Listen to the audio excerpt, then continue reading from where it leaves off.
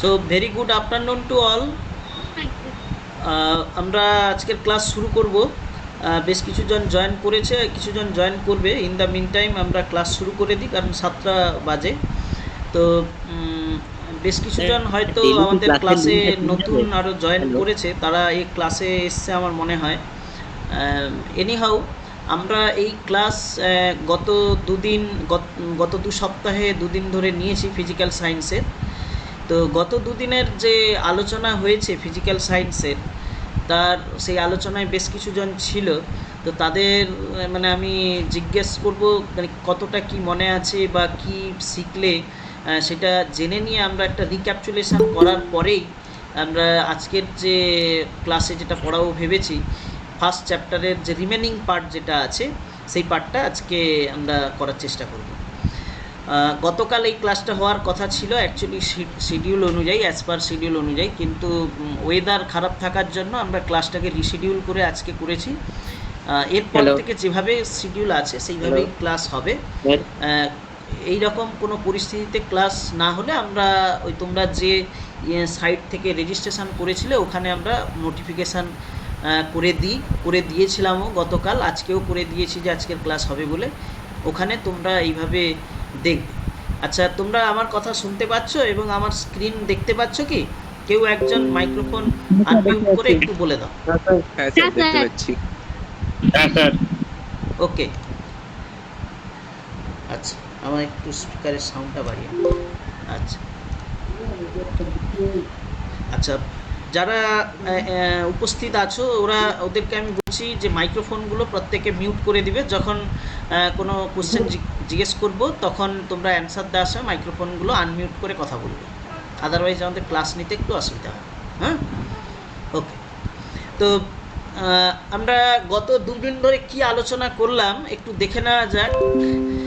First যে chapter আমাদের আছে ক্লাস 10-এর, সেটা হচ্ছে পরিবেশ সম্বন্ধে জানা এবং পরিবেশের বিভিন্ন তথ্য সম্বন্ধে আমাদের একটু যে গভীরভাবে জেনে নেওয়া, যেটা আমাদের কাজে লাগবে কিছুটা হলে। তো সেটা জাস্ট একটু আমি রিক্যাপচুলেশন করার চেষ্টা করব প্রথম থেকে, জাস্ট অল্প সময় ধরে, তারপরেই আজকের নতুন পড়াশুনো হবে। তো প্রথমে আমরা যেটা জেনেছি first very beginning of the class, যে পরিবেশের জন্য ভাবনা জানতে গিয়ে পরিবেশের মানে কি, পরিবেশ বলতে কি বোঝায়, পরিবেশ সম্বন্ধে আমরা কেন জানবো, এই জিনিসগুলো আমরা পড়াশুনো করেছি প্রথম ক্লাসে। তারপরে আমরা চলে এসেছি হোয়াট ইজ অ্যাটমসফিয়ার। অ্যাটমসফিয়ার বলতে আমরা কি বোঝাই, মানে বায়ুমণ্ডল বলতে কি বোঝায়, বায়ুমণ্ডলে কি কি উপাদান আছে, কি কি জিনিস নিয়ে তৈরি, অক্সিজেন কতটা, নাইট্রোজেন কতটা। তারপরেই আমরা পড়াশুনো করেছিলাম বায়ুমণ্ডলের বিভিন্ন স্তর। বিভিন্ন স্তর বলতে আমরা যে স্তরে বসবাস করি সেটা হচ্ছে ট্রোপোস্ফিয়ার। কেন এটাকে ট্রোপো বলা হয়? ট্রোপোর মানে ছিল যে এটা খুব মানে বিক্ষিপ্ত টাইপের, যে খুব চঞ্চল, ক্ষুব্ধ, পরিবর্তনশীল। ইংলিশ মানেটাই হচ্ছে এটা। আর স্ফিয়ার মানে তোমরা প্রত্যেকেই জানো যে একটা মানে গোলকীয় জিনিস, তার থেকেই বেসিক্যালি ট্রোপোস্ফিয়ার এসছে। ঠিক এরপরেই আমরা স্ট্র্যাটোস্ফিয়ার জেনেছিলাম। স্ট্র্যাটো মানে শান্ত, সেখান থেকে তার পরবর্তী স্তরটা খুব শান্ত মণ্ডল হয়ে থাকে, তাই স্ট্র্যাটোস্ফিয়ার বলে। এইভাবে প্রতিটা স্তর সম্বন্ধে আমাদের একটা আইডিয়া হয়েছিল এবং প্রতিটা স্তরের ক্যারেক্টারিস্টিক, তার কোন হাইট থেকে কোন হাইট, অল্টিটিউড থেকে কোন অল্টিটিউড, সেখানে কতটা টেম্পারেচার থাকে। মাইক্রোফোনগুলো মিউট করে দিও, মাইক্রোফোন মিউট করে দাও। তো এই যে জায়গাটা, যে কোন অল্টিটিউড থেকে কোন অল্টিটিউড থাকে, কোন স্ফিয়ারে, ট্রোপোস্ফিয়ার লেভেলে আমরা যেখানে বসবাস করি তার ঠিক ওপরে যখন স্ট্র্যাটোস্ফিয়ার শুরু হচ্ছে সেই জায়গায় ওজোনোস্ফিয়ার থাকে, ওজোন লেয়ার থাকে। কেন সেই ওজোন লেয়ারটা আমাদের কাজে লাগে বা এই ক্ষতি হলে কি হয় সেটা আমরা পরে জানবো বলেছি, সেটা আজকে আমরা জানার চেষ্টা করব।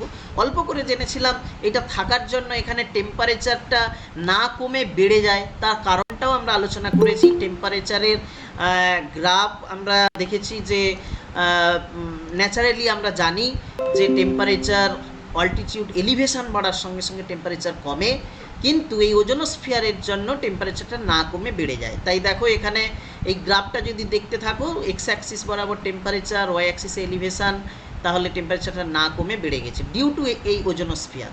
তো এই সমস্ত জিনিসগুলো আমরা জেনেছি। তার পরবর্তী সেকেন্ড ক্লাসে আমরা জেনেছিলাম যে মেসোস্ফিয়ার। মেসোস্ফিয়ার কেন না, মেসো মানে মিডল, তা ট্রোপোস্ফিয়ার আর স্ট্র্যাটোস্ফিয়ারের ঠিক ওপরে, আর তার ওপরে মেসোস্ফিয়ারের ওপরে আরও দুটো স্তর থাকে তোমরা জানো, যে থার্মোস্ফিয়ার এবং এক্সোস্ফিয়ার।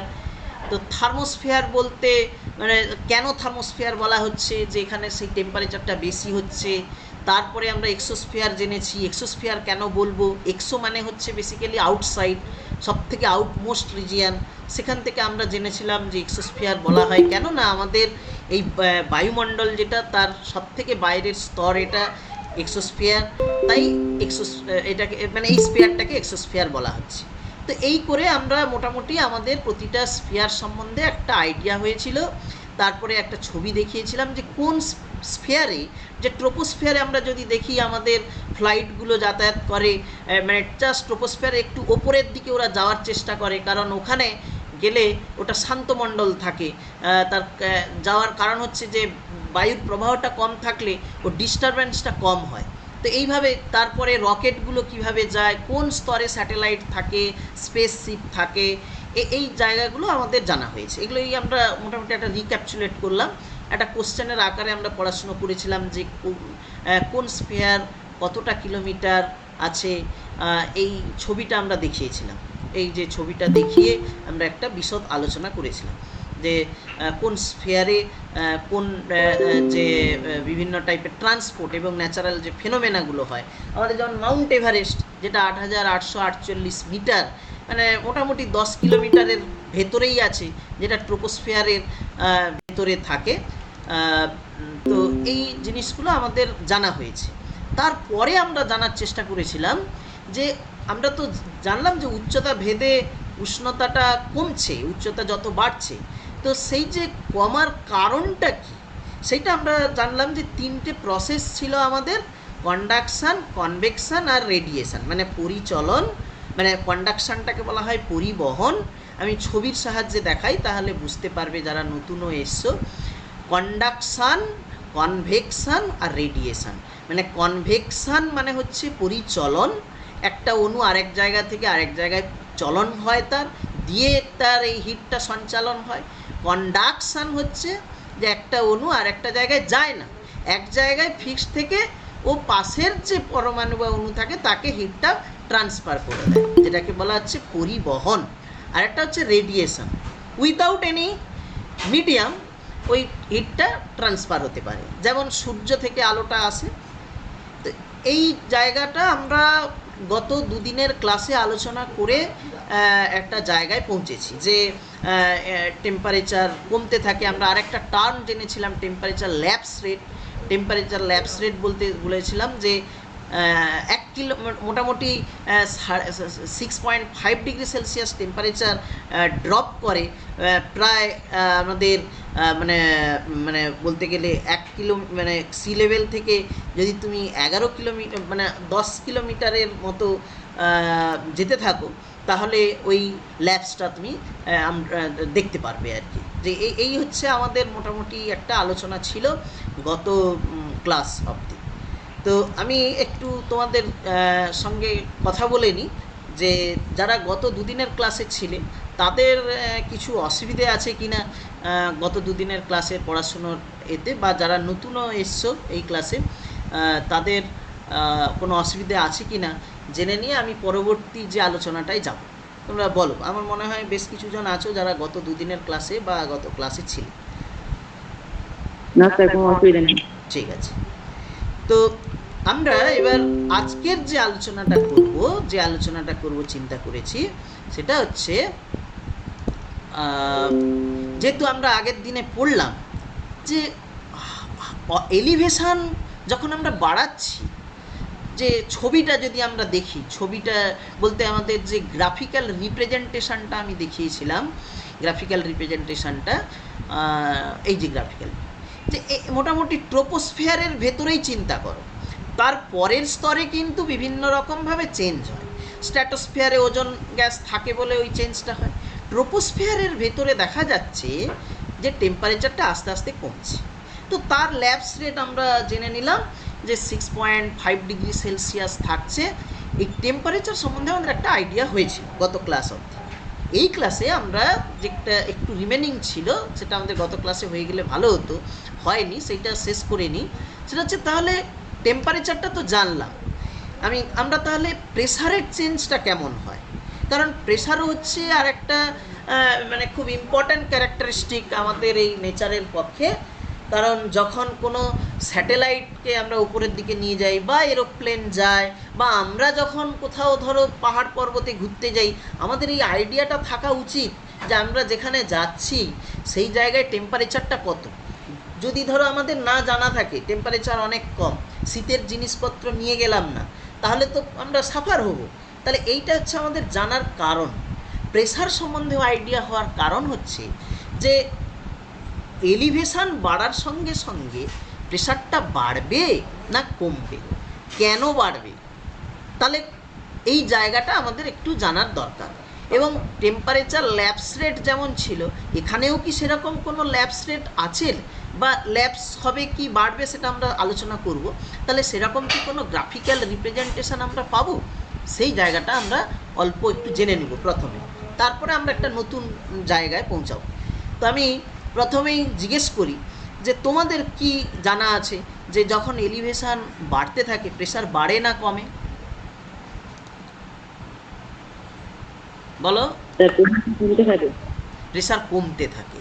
আচ্ছা, প্রেসার এই যে কমতে থাকে বললে খুব ভালো। এবার আমরা জেনে নিব যে আশা করি সবার জানা আছে এটা প্রেসার কমে। প্রেসার কমার কারণটা কি, মানে প্রেসারটা কেন কমে? তো প্রেসার কমার কারণ হচ্ছে যে মেন যে কারণ সেটা হচ্ছে একটা জিনিস দেখো, যে এই প্রেসারের ইকুয়েশান একটা আছে, মানে ইকুয়েশান বলতে ফর্মুলেশান যাকে বলা হয়, সেটা হচ্ছে যে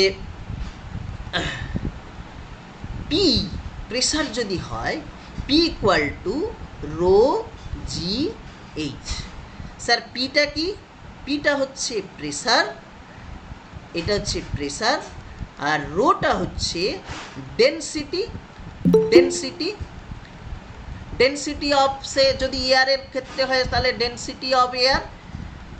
এই জিটা হচ্ছে মানে তোমার গ্র্যাভিটেশনাল অ্যাক্সিলারেশন, মানে এটা হচ্ছে যে যে তোমরা যেটা মধ্যাকর্ষণ যে বলের প্রভাবে যে অ্যাক্সিলারেশনটা হয় সেই এফেক্ট।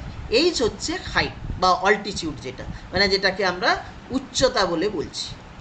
তোমাদের বাস্তব একটা অভিজ্ঞতা আছে, আমি যদি বলি তাহলে তোমরা এটা রিয়েলাইজ করতে পারবে। সেই অভিজ্ঞতাটা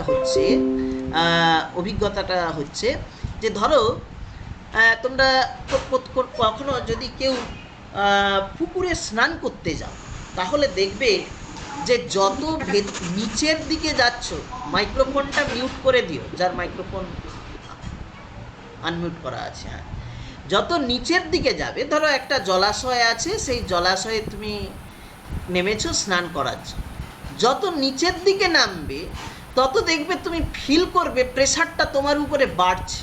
মানে একটা পার্সন ধরো এই জায়গায় সে দাঁড়িয়ে আছে, সে যে প্রেশার ফিল করবে দেখা গেল P1, সেই পার্সন যখন এই জায়গায় নেমে আসবে তখন তার হাইটটা বেড়ে যাচ্ছে। ধরো এই জায়গায় H1 ছিল, এখানে H2 হয়ে গেল, তাহলে P1 equal to rho g H1।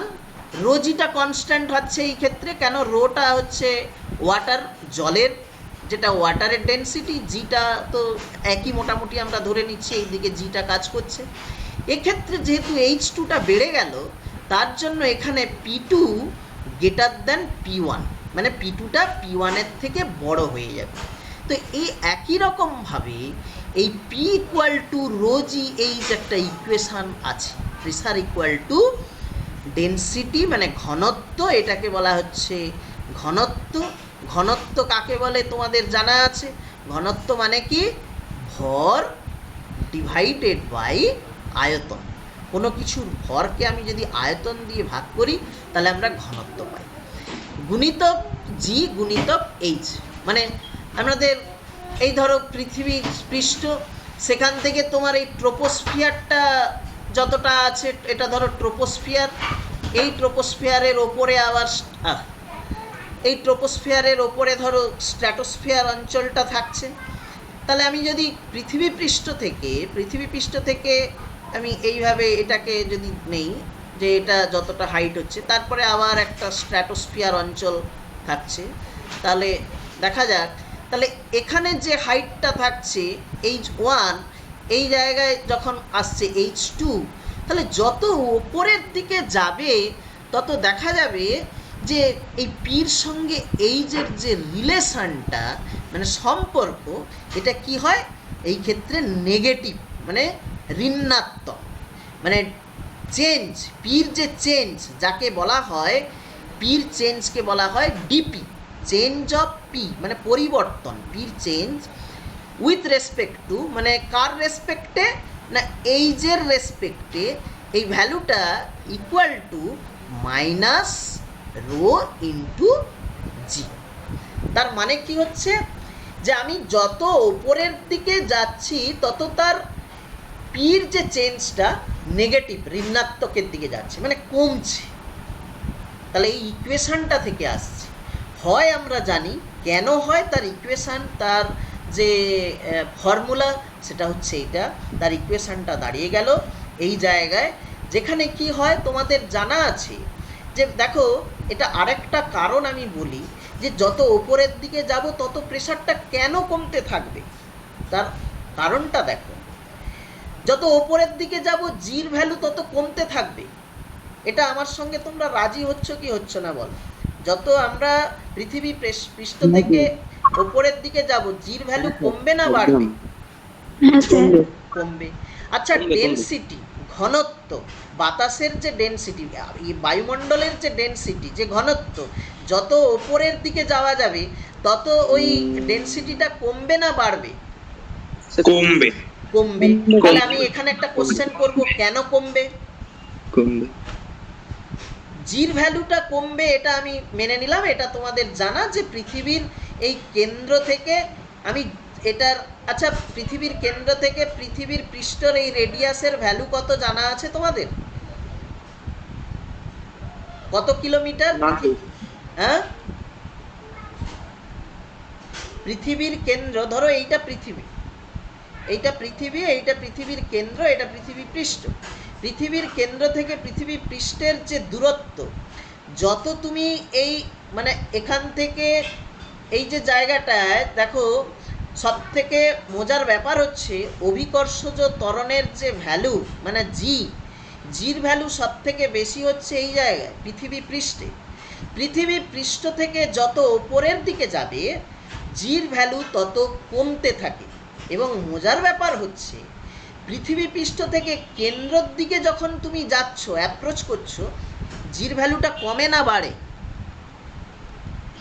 বাড়ে। কেউ ঠিক করে বলো, পৃথিবীর কেন্দ্রে জির ভ্যালু কত? What is the value of G? Sir ওটা জিরো। তাহলে বাড়বে বলছো কি করে? পৃথিবী পৃষ্ঠ থেকে যত কেন্দ্রের দিকে যাবে জির ভ্যালু তত কমবে, এবং পৃথিবীর কেন্দ্রে জির ভ্যালুটা জিরো হয়ে যাবে, এবং পৃথিবী পৃষ্ঠে ওটা সব থেকে ম্যাক্সিমাম, যার ভ্যালু তোমরা মোটামুটি জানা আছে। কত জির ভ্যালু পৃথিবী পৃষ্ঠের বলো?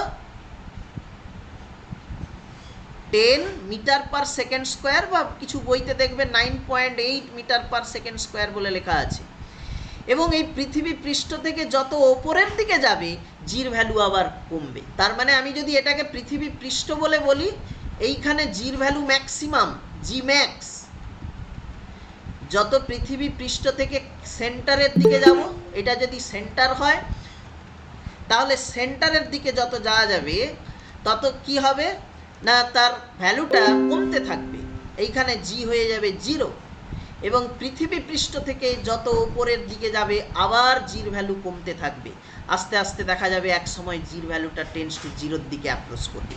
মানে খুব ইন্টারেস্টিংলি, এবং কেন এর ইকুয়েশান আছে, এটাকে বের করানো যায়, সেটা আমরা এখন আমাদের দরকার নেই, সেটা আমরা যদি ক্লাস, মানে পরবর্তী কোনো ক্লাসে বা 11-12-এ যদি কেউ যখন ফিজিক্স নিয়ে পড়বে তখন সেখানে জানতে পারবে। তার পার্টিকুলার ইকুয়েশান দিয়েই একদম ডাইরেক্ট বেরিয়ে যাবে যে কেন এই সেন্টারে, মানে যখন আর ইকুয়াল টু জিরো মানে রেডিয়াসটা জিরো তখন জি জিরো, যখন এখানে আর মানে আমি better to say small r equal to zero, যখন স্মল আর রেডিয়াসটা ইকুয়াল টু ক্যাপিটাল আর মানে এখান থেকে এইটার ডিস্টেন্সটা যখন রেডিয়াসটা হচ্ছে পৃথিবীর যে ব্যাসার্ধটা, তখন দেখা যাবে জিটা ম্যাক্সিমাম হয়ে যাচ্ছে। তো মোটামুটি আমরা জানলাম যে জিটা যখন পৃথিবী পৃষ্ঠ থেকে যত উপরে যাব জির ভ্যালু কমে। আরেকটা তোমরা বললে যে স্যার ডেনসিটির ভ্যালুটাও কমতে থাকে, ঘনত্বের ভ্যালু কমতে থাকে যখন অল্টিটিউডটা বাড়তে থাকে। এইটার কারণটা কি কেউ একজন বলো তো? স্যার বলো। ভারী যে বায়ুকণাগুলো আছে সেগুলো পৃথিবীর আকর্ষণ বলে পৃথিবীর পৃষ্ঠের কাছাকাছি চলে আসে, তাই পৃথিবীর পৃষ্ঠের কাছাকাছি ঘনত্ব বেশি Good. বায়ুর। আর মানে পৃথিবী পৃষ্ঠের কাছে ঘনত্বটা বেশি হবে কারণ তার টানটা বেশি, মানে প্রত্যেকটা পরমাণু অণুর মধ্যে যে টান সেটাও বেশি থাকে, আবার পৃথিবীর নিজস্ব টানও বেশি থাকে, তাই পৃথিবী পৃষ্ঠের কাছে ঘনত্বটা বেশি থাকে। তাহলে যত আমি ওপরের দিকে যেতে থাকবো দেখতে থাকলাম কি না ডেনসিটি এবং জি মানে ঘনত্ব এবং এই যে অভিকর্ষজ ত্বরণ দুটোর ভ্যালুই কমছে। তাহলে প্রেসারের change with respect to H, যেটাকে একটা ভাষায় গাণিতিক রূপে প্রকাশ করা হয় ডিপি বাই ডিএইচ, এই ভ্যালুটা দেখা যাচ্ছে যে যত ওপরে আমি যাচ্ছি তত রো কমছে এবং জির ভ্যালুও কমে যাচ্ছে। তার মানে এই ভ্যালুটা কমবে। তাহলে আমাদের যে আইডিয়া হয়েছিল গত ক্লাস পর্যন্ত যে আমরা টেম্পারেচারের যে আইডিয়াটা করেছিলাম মানে তাপমাত্রার যে করেছিলাম, যদি আমরা এই বরাবর টেম্পারেচার টি ড্র করি এক্স অ্যাক্সিস বরাবর এবং ওয়াই অ্যাক্সিস বরাবর, গত দিনের ক্লাসেরটা আমি একটু বলে নিই, এদিকে যদি আমরা এলিভেশন হাইট বলেছিলাম, তখন আমরা দেখেছিলাম যে আমাদের মোটামুটি গ্রাউন্ড লেভেলে টেম্পারেচার সে 20 ডিগ্রি 30 ডিগ্রি তুমি যাই ধরো, এখানে ধরো সে 20 ডিগ্রি সেলসিয়াস মোটামুটি আছে। এখান থেকে যত আমি ওপরের দিকে যাচ্ছি মানে ট্রোপোস্ফিয়ারের ভেতরে আমি আলোচনাটা করছি, মানে লেটসে 10 কিলোমিটার, তাহলে যদি এইটা 10 কিলোমিটারের লাইন হয় এখানে কি হবে না এই জায়গায় দেখা যাচ্ছে যে বেস লেভেলে টেম্পারেচারটা এটা থাকছে, যখন আমরা এই বেস লেভেলে টেম্পারেচারটা 20 ডিগ্রি সেলসিয়াস, যখন আমরা একটু ওপরের দিকে যাব তখন টেম্পারেচারটা কমছে, মানে এইভাবে প্রত্যেকটা পয়েন্ট নিতে থাকবে, নিতে দেখা যাবে এরকম। যদি তুমি এটাকে একটা ড্র করো এরকম একটা লাইন পাবে, তাহলে যে টেম্পারেচারের লাইনটা দেখানো হয়েছিল দেখবে এই টাইপের একটা লাইন ছিল, এটা ট্রোপোস্ফিয়ারের ভেতরে ছিল, এটা হচ্ছে ট্রোপোস্ফিয়ারের ভেতরে লাইনটা ছিল। তো এই হচ্ছে টেম্পারেচারের ছিল। আচ্ছা তাহলে প্রেসারের গ্রাফটা কেমন টাইপের হবে? এখান থেকে আমরা পেয়েছিলাম যে ল্যাপস রেট, একটা টার্ম আমরা পড়েছিলাম ল্যাপস রেট, যেটা আমরা মোটামুটি পড়েছিলাম 8.5 ডিগ্রি সেলসিয়াস। ল্যাপস রেটটা কত বলেছিলাম গতদিন? বলো, ল্যাপস রেট কত ছিল?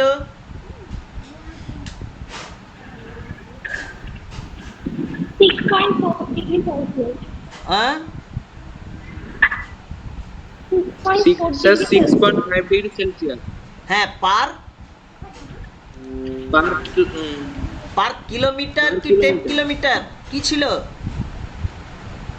Sir kilometre. পার কিলোমিটার পার 1 কিলোমিটার। তাই তো আমরা যদি মাউন্ট এভারেস্ট এর ভেতরেই আছে তো ট্রোপোস্ফিয়ারের ভেতরে, কারণ মাউন্ট এভারেস্টের হাইট কত বলো?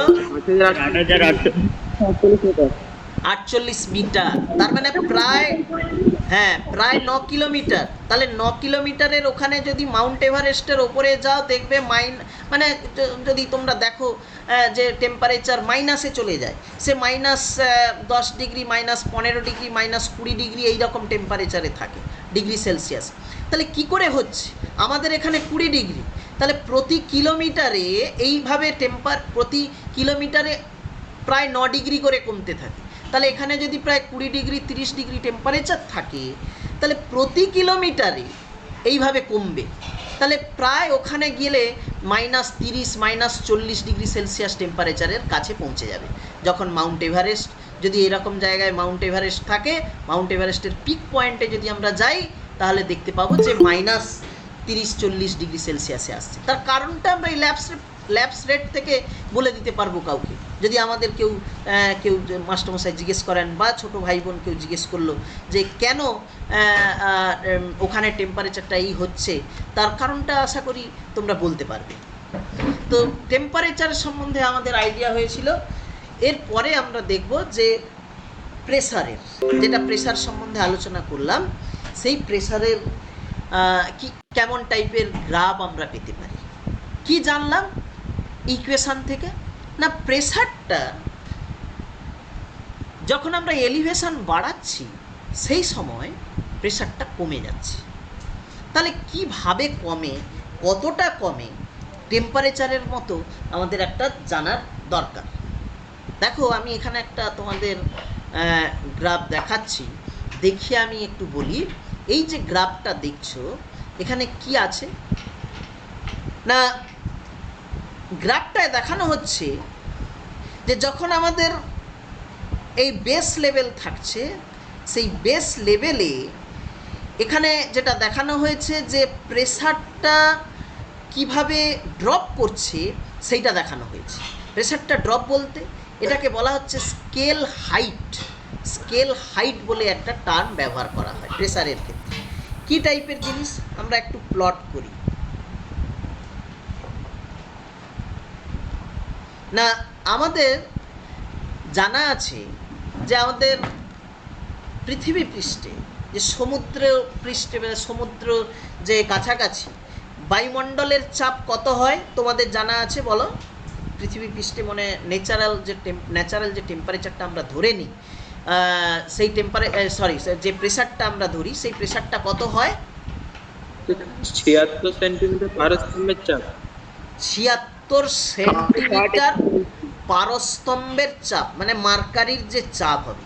আচ্ছা, আমাদের যদি জানা নাও থাকে যে কতটা ভ্যালু হবে, এইটা যদি জানা থাকে যে বললে 76 সেন্টিমিটার পারস্তম্ভের চাপ। আচ্ছা স্যার, ইকুয়েশানটা কি বললেন? P equal to rho g h. আচ্ছা, আমরা যদি এই ইকুয়েশানে এই ভ্যালুগুলো বসাই, তাহলেও তো আমরা বায়ুমণ্ডলের চাপটা বের করতে পারবো, তাই তো?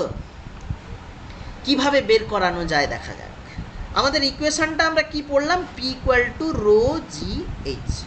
তা একজন কেউ বললে যে স্যার এইচটা হচ্ছে 76 সেন্টিমিটার পারস্তম্ভের চাপ। 76 সেন্টিমিটার পারস্তম্ভ, মার্কারি পারদের যে চাপ, মানে এইচের ভ্যালু পেয়ে গেলাম। জির ভ্যালু জানি 10 মিটার পার সেকেন্ড স্কোয়ার। এটাকে মিটারে কনভার্ট করে নিব। কত মিটার হবে না, প্রায় কত মিটার হবে? 76 সেন্টিমিটার মানে কত মিটার বলো, আমার সঙ্গে বলো। 0.76। তাহলে মিটারে কনভার্ট করে নিলাম। বাকি কি জানতে হবে না, পারদের ঘনত্বটা। তাহলে এই পারদের ঘনত্ব কত হয় কারো জানা আছে? বলো। 13.6 মিটার পার সেন্টিমিটার। হ্যাঁ, মিটার পার। ঠিক করে বলো, ইউনিটটা ঠিক করে বলতে হবে।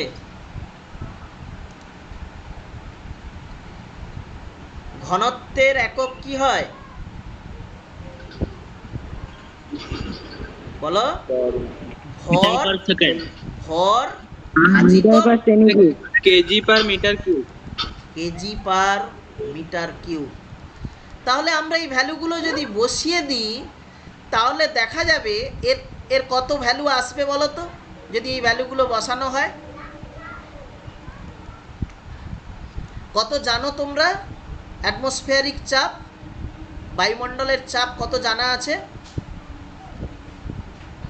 1 অ্যাটমসফিয়ারিক চাপ মানে তোমাদের এই যে 76 সেন্টিমিটার পারস্তম্ভের চাপ, তাহলে 1013 125 পাস্কাল। তার মানে আমি এইটাকে যদি গুণ করে ফেলি তাহলে আমি রেজাল্টটা পেয়ে যাব, তাই তো? হুম তার মানে এই এককটা কি আসবে না, এটা হচ্ছে কেজি পার মিটার কিউব, এই ইউনিটটা হয়ে গেল মিটার পার সেকেন্ড স্কোয়ার, আর এটা হচ্ছে মিটার। তাহলে দেখো মিটার মিটার স্কোয়ার হয়ে গেল, এটা কেটে গেল, নিচে মিটার হলো, তার মানে দাঁড়ালো যেটা কত দাঁড়ালো, এটা কেজি, 1 বলো KG metre cube per centimetre square, sorry second square. KG KG per second square. না মিটার একটা কেজি থেকে পার যাচ্ছে তো, এইটা হচ্ছে তো, এই ইউনিটটা দাঁড়াচ্ছে তো। হ্যাঁ স্যার। তাহলে এই ইউনিটটা কিসের ইউনিট? পাস্কাল। কেন? পাস্কাল মানে কি জানি আমরা, বলো? পাস্কালটা হচ্ছে প্রেসারের একক। প্রেসার মানে কি? ফোর্স, বলা যেতে পারে চাপ, চাপ মানে চাপ মানে হচ্ছে বল, ফোর্স বাই এরিয়া। বল চাপ, বাই এরিয়া, মানে ক্ষেত্রফল। হচ্ছে এরিয়া, ক্ষেত্রফল। ফোর্সের ইউনিট কি হয়? নিউটন। নিউটন নিউটন, এসআইতে নিউটন, সিজিতে মিটার স্কোয়ার। নিউটনকে আবার ভাঙালে কি হবে বলো? নিউটন মানে কি? 1 নিউটন মানে কি? 1 মানে এম, এম ইন্টু এ। হ্যাঁ, তার মানে কি 1 KG multiplied 1 metre per metre per second square. Second square. তাহলে পুট করে দাও, কত হচ্ছে? KG metre per second square multiplied by metre square. তাহলে কত হলো এটা? কেজি ডিভাইডেড বাই মিটার, আর মিটার কেটে গেল, মিটার সেকেন্ড স্কোয়ার। তাহলে এই দুটো একই হলো।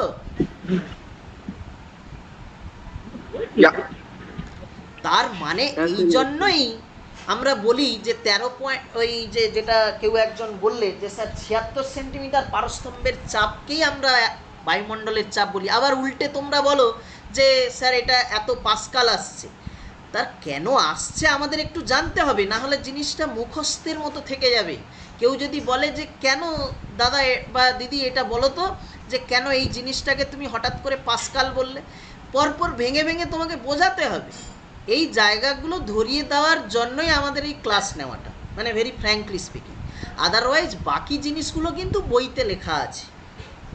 এই জায়গাটাই হচ্ছে আমাদের, মানে আমার যেটা মেন জায়গা বলার, যে কেন এটা হলো যে 1 পাস্কাল মানে হচ্ছে বল বাই এরিয়া, ক্ষেত্রফল যেটা তোমরা বলছো। তাহলে ফোর্সের ইউনিট কি হয়? নিউটন পার মিটার স্কোয়ার, মানে সরি, ফোর্স মানে নিউটন, এরিয়ার হচ্ছে মিটার স্কোয়ার। আচ্ছা, ফোর্স বলের একক আবার আমরা কি জানি? মাস, মানে ভর গুণিতক ত্বরণ। ভরের একক কি হয়? KG metre per second square. আচ্ছা, বসিয়ে দিই কি হচ্ছে, তাহলে এটা হচ্ছে, তাহলে এটাও তো এই দাঁড়াচ্ছে। তাহলে আমরা এটাকে পাস্কাল বলে বলতে পারি। তাহলে যা বেরোবে তোমাদের ক্যালকুলেটারে, যা বেরোবে সেই ভ্যালুটা পরীক্ষার হলে বলবে। তাহলে মুখস্থ করার দরকার নেই যে মানে ওই 1 অ্যাটমসফিয়ারিক চাপ বলতে কত ভ্যালু, ওই একটা বড় সড়ো ভ্যালুকে বেশি দিন মনে রাখা যায় না।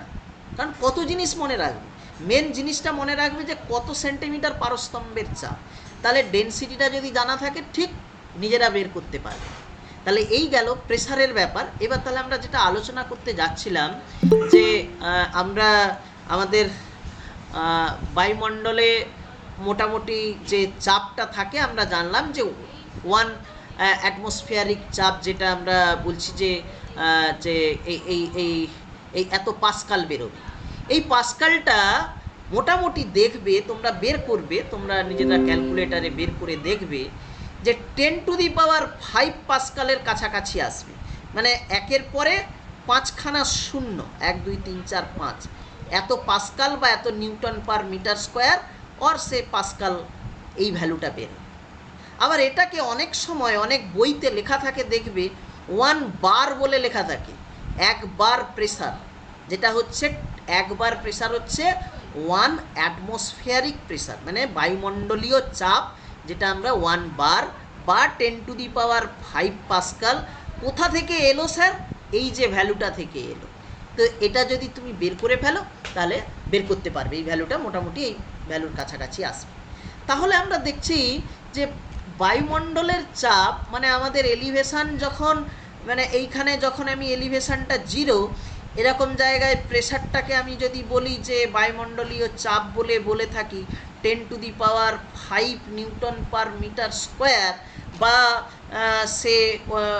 সে তোমার ওয়ান বার প্রেশার বলি আমি এখানে, বা 10⁵ নিউটন পার মিটার স্কোয়ার বা পাস্কাল বলো। যখন তুমি আস্তে আস্তে মানে এই যে ইকুয়েশান দিয়ে dp/dz বা dp/dh যেটা বললে, মানে পির যে চেঞ্জ রো আর জির সঙ্গে, যে যত আমি এলিভেশান বাড়াবো তত জির ভ্যালু কমে আর রোর ভ্যালুও কমে যায়। তাহলে দেখা যাচ্ছে এখানে যদি এই ভ্যালু থাকে, যখন আমি এলিভেশানটার মানে এলিভেশানের সঙ্গে এর চেঞ্জটা এই টাইপের একটা চেঞ্জ হবে। মানে কেন হবে? এবং একটা জায়গায় গিয়ে দেখা যাবে যে এই প্রেসার, যদি এটাকে তোমরা মানে প্রেসারের লাইন ধরে বলো, এবং এটাকে আমরা যদি মানে এলিভেশান ইনক্রিজ হচ্ছে এই বরাবর আমরা বলে থাকি, এলিভেশানটা ইনক্রিজ করছে বা এইচের চেঞ্জ হচ্ছে, এখানে যখন এইচটা প্রায় 0 মানে যখন ভূপৃষ্ঠে, তখন এখানে ওয়ান বার বায়ুমণ্ডলীয় চাপ যেটা 10⁵ পরপর এটা ভ্যালুটা কমে প্রেশারটা অনেক কমে যাবে যখন এলিভেশানটা বাড়তে থাকবে। তো কিভাবে কমে, কি হয়, সেটা একটু আমরা দেখা যাক। এই যে দেখো এই গ্রাফে দেখানো হয়েছে যে এই 0-তে এখানে মোটামুটি এখানে 10⁵ লেভেলে, এখানে ভ্যালুটা অন্য ভ্যালু দিয়েছে, ওর ইউনিটটা অন্য ধরেছে, ওরা ধরেছে যে 1000 হেক্টোপাস্কাল বলে, মানে তোমার 1000 হেক্টোপাস্কাল, 1 হেক্টোপাস্কাল মানে 100 পাস্কাল হয়, মানে আলটিমেটলি 10⁵। এবং এই রেটে দেখো এই এক্স অ্যাক্সিস বরাবর কিলোমিটারে বলা আছে, এবং এইভাবে কমতে থাকে পরপর।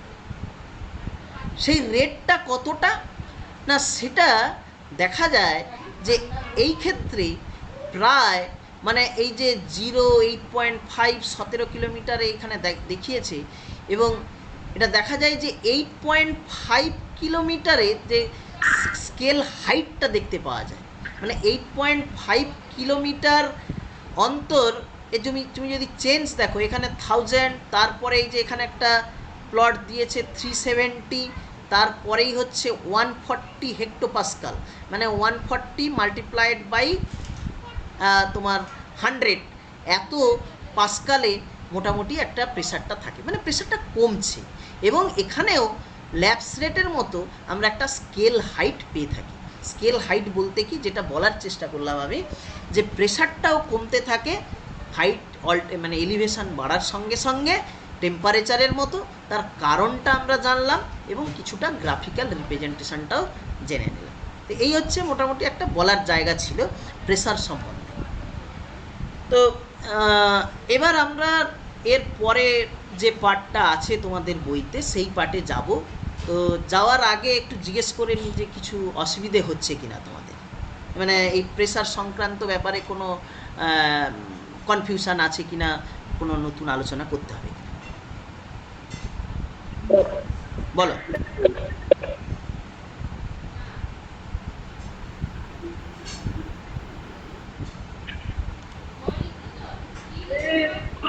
ঠিক আছে, তাহলে আমরা এর পরবর্তী যে আমরা আলোচনাটায় যাব, সেটা হচ্ছে সেই জায়গাটায় আমরা আসি যেটা তোমরা ফিল করলে কিছুদিন আগে ঝড় বৃষ্টি হলো, বেশ ভালোই ঝড় বৃষ্টি হলো, কিছু কিছু জায়গায় বিপর্যস্ত হয়েছে। এখনও বেশ কিছুজন তোমাদের যারা ক্লাস করতো সেই বন্ধুবান্ধবরা ক্লাস করতে পারছে না। কালকে আমরা ক্লাসটা সাসপেন্ড করেছিলাম, তারপরে আজকেও তাদের হয়তো কিছু জনের অসুবিধে আছে, কারেন্ট নেই, নেট নেই। তার যে ঝড় বৃষ্টি হলো, তো এই যে ঝড় হওয়ার কারণ, মানে যে একটা স্টর্ম ঘটে গেল, যে একটা বিশাল পরিমাণ আমরা যে নিম্নচাপ বলে আমরা শুনলাম, টিভিতে খবর শুনছি, নেটে খবর পাচ্ছি যে খুব গভীর নিম্নচাপ হয়েছে সমুদ্রে। তো এইগুলোর কারণ, এই সম্বন্ধে আমাদের কিছুটা জানতে হবে, এটা পরিবেশের একটা পার্ট। এইখানে আমি জাস্ট অল্প করে একটু দু একটা জায়গা আমি বলবো, যে জায়গাটা তোমাদের মেন জায়গাটা জানার জায়গা থাকবে। বইতে তো তোমরা পড়ছো, সেখানে একটা ছবি আমি দেখাই, এই ছবিটা দেখিয়ে আমি একটু তোমাদের জিজ্ঞেস করব, এই ছবিটা দেখে তোমরা কি বুঝতে পারছো বলো? ছবিটা দেখা যাচ্ছে তোমাদের? আচ্ছা, ছবিটা দেখে তোমাদের কি মনে হচ্ছে? এই ছবিটা একটু, যদিও ইংরেজিতে লেখা আছে, খুব বেশি ইংরেজি টার্ম নেই, আশা করি। হ্যাঁ, একটু দাঁড়াও, আমি একজনকে ঢুকিয়ে নিই ক্লাসে। হ্যাঁ, বলো। সকালবেলাতে সমুদ্র বায়ু, হ্যালো, হ্যাঁ বলো। ভাগের দিকে যাচ্ছে। একটু কি বলা যাবে এখন কোন চ্যাপ্টারটা চলছে? মানে আজকের ক্লাসে জয়েন করেছো নতুন করে? হ্যাঁ, তোমাদের অন্য একটা ক্লাস ছিল তাই জয়েন করতে পারছিলাম না। তোমাদের এটা ফিজিক্যাল সায়েন্স ক্লাস 10-এর ফার্স্ট যে চ্যাপ্টার পরিবেশ বিদ্যা যেটা আছে, তোমাদের প্রথম যে চ্যাপ্টার আছে দেখবে, একদম পরিবেশের জন্য ভাবনা, ক্লাস 10-এর ফিজিক্যাল সায়েন্সের, সেটার আজকে থার্ড ক্লাস চলছে। প্রথম দুটো ক্লাস আমাদের হয়ে গেছে, সেখানে আমরা কি আলোচনা করেছিলাম সেটা আজকের প্রথমে আমরা আলোচনা করে নিয়েছি। এবার আমরা ওই প্রথম চ্যাপ্টারেরই প্রায় শেষের দিকে যে আলোচনা, সেটা হচ্ছে যে আমাদের এই যে ঝড় বৃষ্টি হয়, কেন সমুদ্রবায়ু, কেন স্থলবায়ু হয়, সেই কারণগুলো আমরা আলোচনা করছি। ঠিক আছে? ঠিক আছে। হ্যাঁ বলো, যে বলছিলে বলো। সকালবেলাতে সমুদ্র সমভাবাপন্ন হয়, সমুদ্রের জলবায়ু সমভাবাপন্ন হওয়ায় সকালবেলা সমুদ্র বায়ু স্থলভাগের দিকে বয়ে স্থলভাগকে ঠান্ডা করে। ঠিক। এবং রাতের বেলা জল সূর্যের বিকিরণ নামতে পারায় স্থলভাগ তাড়াতাড়ি যেহেতু বিকিরণ করে ফেলে সূর্যের তাপ, তাই স্থলভাগ থেকে রাতের বেলা জলভাগের দিকে পাঠে পড়ে যায়, স্থলবায়ু বয়। তাহলে আমরা তোমার বক্তব্য অনুযায়ী যেটা বুঝলাম, এবং ছবিতেও দেখতে পাচ্ছি, দিনের বেলায় কোন বায়ুটা হয়, স্থলবায়ু না সমুদ্রবায়ু? দিনের বেলায় জলবায়ু বয়। জলবায়ু মানে সমুদ্রের দিক থেকে জলের দিক, হ্যাঁ জলের দিক থেকে ল্যান্ডের দিকে আসে, স্থলের দিকে আসে। এবং রাতের বেলায় কি হয় না, স্থলভাগ থেকে বায়ুটা সমুদ্রের দিকে যায়, তাই তো? এবার এর অনেকগুলো কারণ তুমি বললে যে স্যার এই সূর্যের বিকিরণ আসে, এই আসে। আমি একটা জায়গা শুধু ধরিয়ে দেবো তোমাদের, বইতে অনেক কিছু লেখা আছে, সেগুলো তোমরা পড়াশুনো করেছো। স্থলবায়ু কখন হয়, সমুদ্রবায়ু কখন হয় না, সমুদ্রবায়ুটা দিনের বেলায় হয়, স্থলবায়ুটা রাতে হয়, কেন হয় সেটাও তোমরা পড়াশুনো করেছো। আমি জাস্ট একটা জায়গায় ধরাবো, সেটা হচ্ছে কি, যেভাবে এখানে প্রেসারের ইকুয়েশান দিয়ে বুঝিয়েছিলাম, সেভাবে একটা ইকুয়েশান দিয়ে বলবো।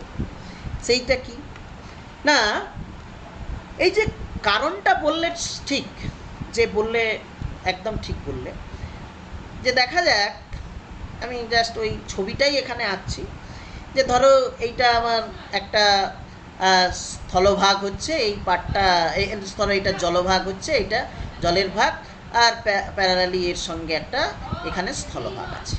এইটাকে আমরা বলছি ল্যান্ড এরিয়া, যেটাকে স্থলভাগ, এবং এটাকে আমরা বলছি যে সি লেভেল বা সি হোক বা রিভার হোক, যাই হোক আছে এখানে। এখন বক্তব্য হচ্ছে যে ডেতে, দিনের বেলায় কি ঘটনা ঘটে, দিনের বেলায় না সূর্য কিরণ দেয়।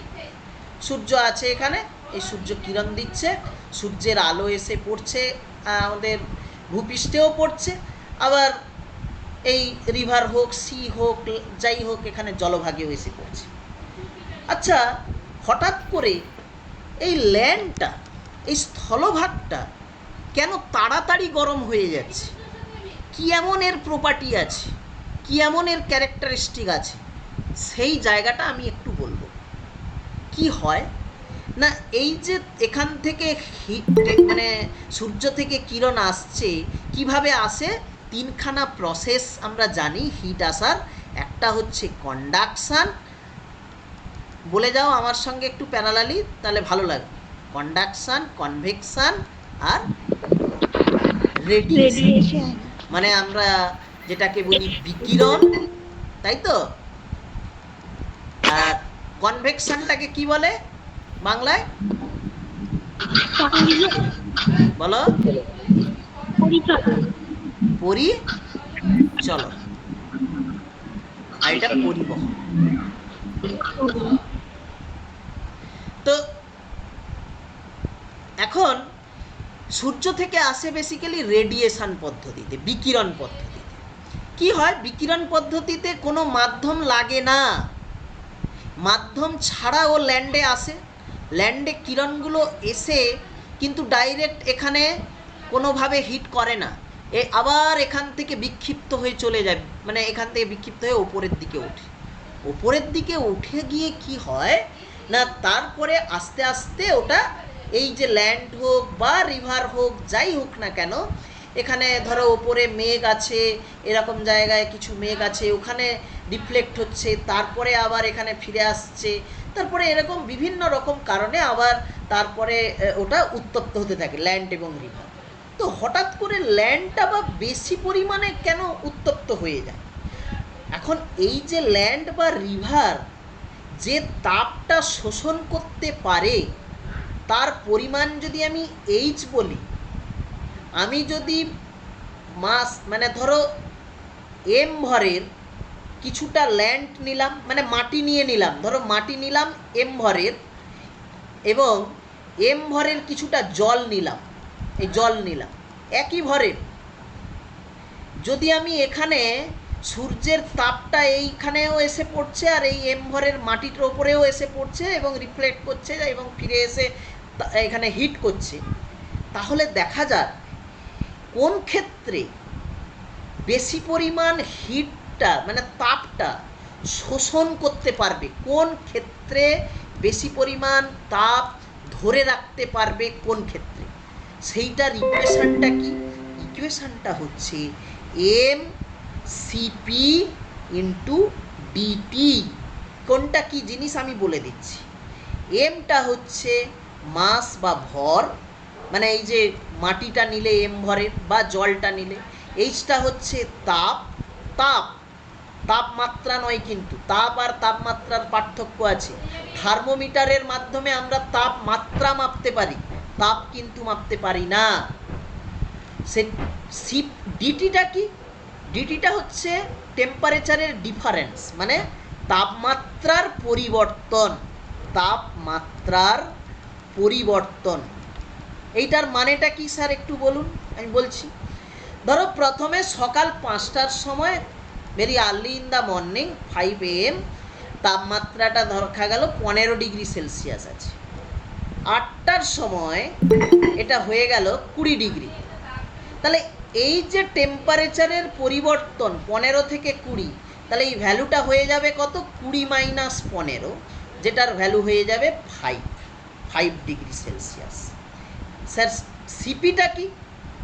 সিপিটা হচ্ছে এই মাটি বা জলের যে তাপটা শোষণ করবে তার একটা প্রপার্টি, তার একটা মানে ক্যারেক্টারিস্টিক, তার একটা চরিত্র, যার দ্বারা নিয়ন্ত্রিত হয় এবং ধরা হয় যে কে কতটা বেশি তাপ ধরতে পারে। সোজা কথায় হচ্ছে তাপ ধারণ ক্ষমতা। তাহলে সিপিটা হচ্ছে তাপ ধারণ ক্ষমতার একটা পরিমাপের, তাপ ধারণ ক্ষমতার পরিমাপের একটা মানে ক্যারেক্টারিস্টিকের একটা মান বা ভ্যালু।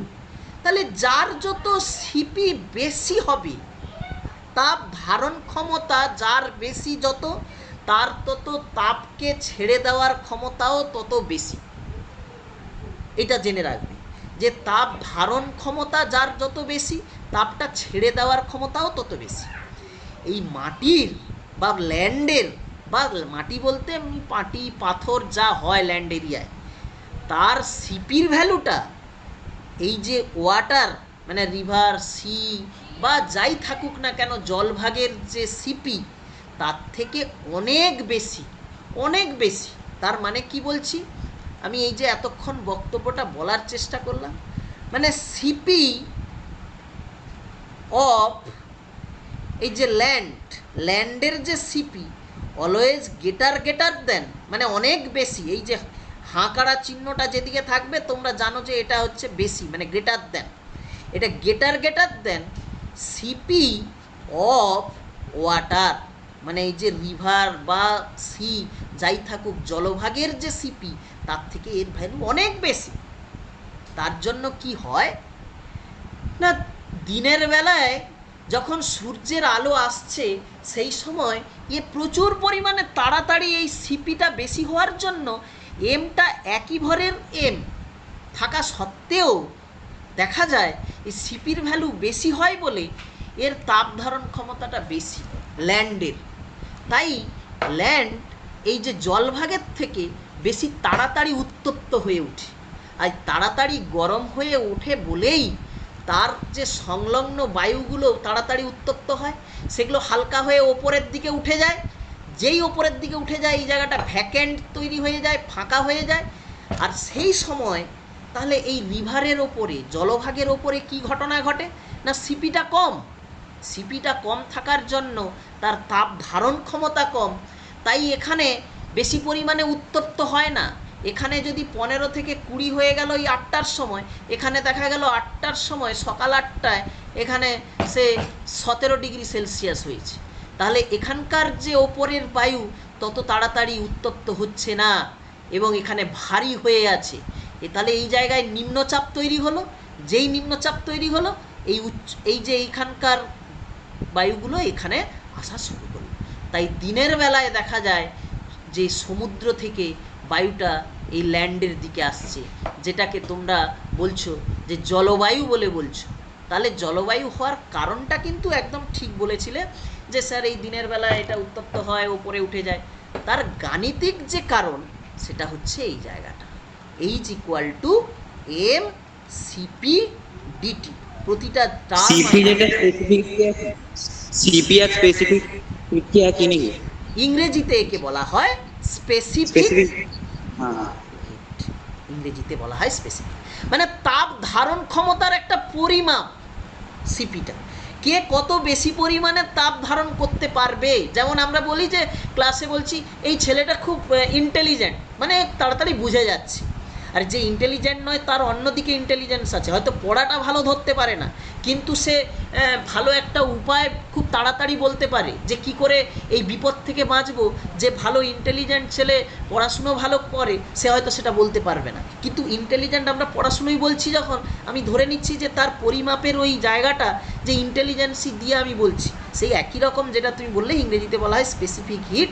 তাহলে এই সিপি দিয়ে আমরা কিন্তু যদি আমরা এইটা মনে রাখতে পারি, আমার মনে হয় কোনো দিন এটা ভুলবে না। মানে আমি এইভাবে মানে আমি যখন পড়েছিলাম স্কুল লেভেলে আমাকে এটা বলা হয়নি, এবং তার জন্য আমাকে একটু মাঝে মধ্যে ভুলে যেতাম, মানে ভেরি ফ্র্যাঙ্কলি স্পিকিং আমি শেয়ার করছি তোমাদের সঙ্গে, আমি ভুলে যেতাম মাঝে মধ্যে।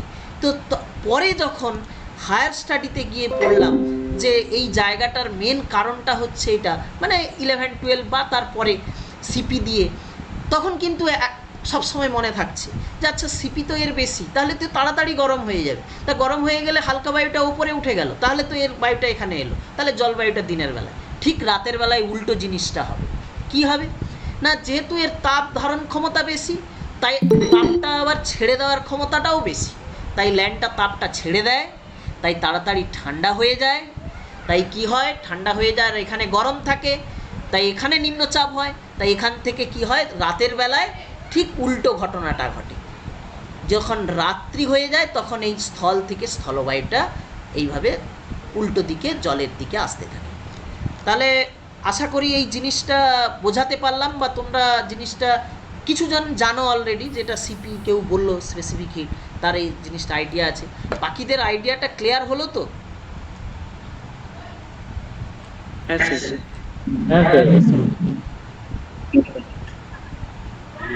ওকে, মানে এই জায়গাগুলো, এই ছোট ছোট জায়গাগুলোই আমি ধরাবো তোমাদের। বইতে কি আছে পরপর পড়ানোটা, সেটা তোমরা যেখানে পড়ছো বা সেটা জানবে, কিছু কিছু নিজেরা পড়ে বুঝবে। দেখো, এটা যখন আমরা জেনে নিলাম, এই বইয়ের পড়াটা আমার মনে হয় অনেক ইজি হয়ে যাবে। তোমরা নিজেরাই লিখতে পারবে নিজের ভাষায়। বইয়ের ভাষা কেন আমি মুখস্থ রাখতে যাব, অযথা মাথাকে এত খাটাতে যাব কেন? অনেক অন্যান্য জিনিস আমাদের জানতে হবে। দেখো, বইয়ের প্রত্যেকটা জিনিস কিন্তু তোমরা তখন নিজেরা বুঝতে পারবে যে সিপি কার বেশি, এইটুকু জেনে রাখবে যে স্থলভাগের সিপি বেশি, তাপ ধারণ ক্ষমতাও যেমন বেশি, তাপকে ছেড়ে দেওয়ার ক্ষমতাও বেশি। সুতরাং সেখান থেকেই পরপর বলবে যে দিনের বেলায় সেখানে স্থলভাগের উষ্ণতা বেশি বৃদ্ধি পায়, তার কারণ লিখতে পারো, পরীক্ষার হলে লিখবে যে এর স্পেসিফিক হিট মানে ওই তাপ ধারণ ক্ষমতা এবং তাপকে ছেড়ে দেওয়ার ক্ষমতা বেশি, তাই এ তাড়াতাড়ি উত্তপ্ত হয়ে ওঠে দিনের বেলায়, হালকা হয়। হালকা হলে কি হয়? নিম্নচাপ হয়। নিম্নচাপ হলে কি হবে? সমুদ্রপৃষ্ঠ তখন বেশি ভারী হয়ে আছে, সেখান থেকে চলে আসবে। এটাই হচ্ছে সমুদ্রবায়ু, উল্টোটা হয়ে গেল স্থলবায়ু। এরপরে আমি তোমাদের একটা তাহলে কোশ্চেন জিজ্ঞেস করি। আচ্ছা, এই কয়েকদিন জাস্ট গতকাল বা পরশু যে ঝড় বৃষ্টি হলো, সেইটার কি কারণ? হঠাৎ করে ওই ঝড় বৃষ্টিটা হলো কেন? মানে কতটা কি জানা আছে তোমাদের? অল্প করেই বলো। নিম্নচাপের ফলে। নিম্নচাপ। আচ্ছা, এই নিম্নচাপটা কোথায় হয়েছে? সমুদ্রে না বঙ্গোপসাগরে? তাহলে সমুদ্রে। তাহলে কেন তৈরি হলো হঠাৎ করে ওখানে, মানে ওই নিম্নচাপটা?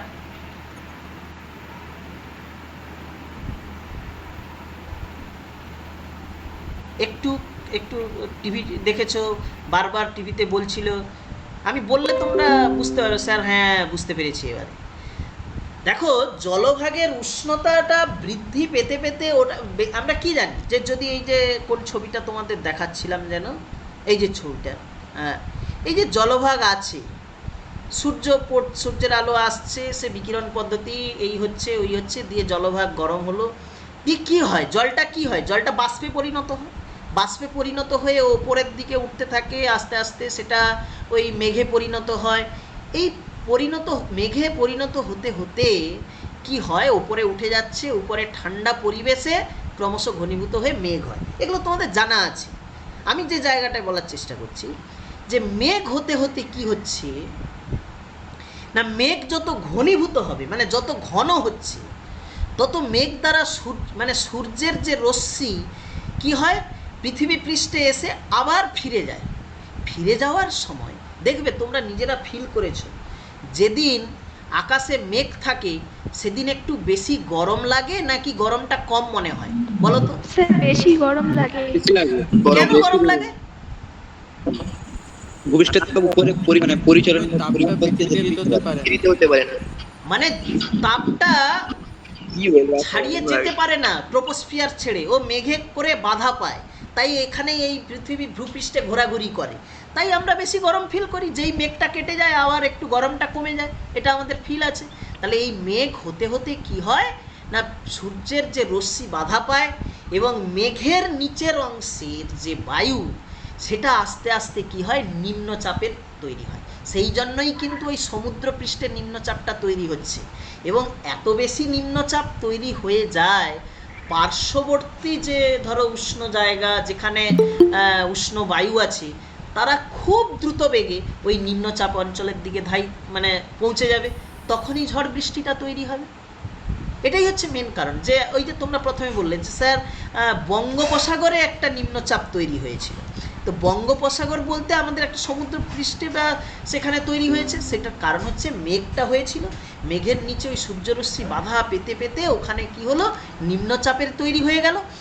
এই নিম্নচাপ হতে হতে সেখান কাছাকাছি যে মানে সে পার্শ্ববর্তী অঞ্চল থেকে বায়ুগুলো আসছে, দিয়ে ঝড় বৃষ্টি হচ্ছে। তো এখন কি করে মানে এই বায়ু প্রবাহ এবং বৃষ্টি হয়ে গেল, মেঘের অপসারণ ঘটলো, তাই ঝড়টা থেমে গেল। মানে এই ক্লাসটা ভেরি মানে আমরা খুব লাকি যে ক্লাসটা খুব অ্যাক্সিডেন্টালি আমাদের এই ঘটনাটার পরে হওয়ায় আমার মনে হয়েছে, আমি জানি না তোমাদের কি মনে হচ্ছে, যে বাস্তব উদাহরণের সঙ্গে আমরা মেলাতে পারলাম অ্যাটলিস্ট ক্লাসটাকে, যে কেন ঝড় বৃষ্টি হলো, কেন নিম্নচাপ হয়েছিল, যে এখন ঝড় বৃষ্টি থেমে গেছে আমরা বলছি, তার কারণ অনেক বায়ু প্রবাহ হয়েছে, অনেক বৃষ্টি হয়েছে, বায়ু প্রবাহ হয়ে মেঘগুলোকে সরিয়ে দিয়েছে, বৃষ্টি হয়ে মেঘগুলো হালকা হয়ে গেছে, সেই নিম্নচাপ আর নেই। তাহলে নিম্নচাপ না থাকার জন্য পার্শ্ববর্তী উষ্ণ অঞ্চল থেকে বায়ু প্রবাহের কোনো কারণও নেই, তাই আস্তে করে ঝড় মানে অপসারণ হয়ে যাওয়ায় আমাদের ঝড়টা থেমে গেছে। বোঝা গেল? হ্যাঁ স্যার। আচ্ছা, এবার এই জায়গাটা চলে গেল। এই একটা জায়গা, এখানে একটা ছোট জায়গা ছিল যে সমুদ্রবায়ু স্থলবায়ুর যে একটা কারণ, যেটা এমসিপিডিটি দিয়ে বললাম।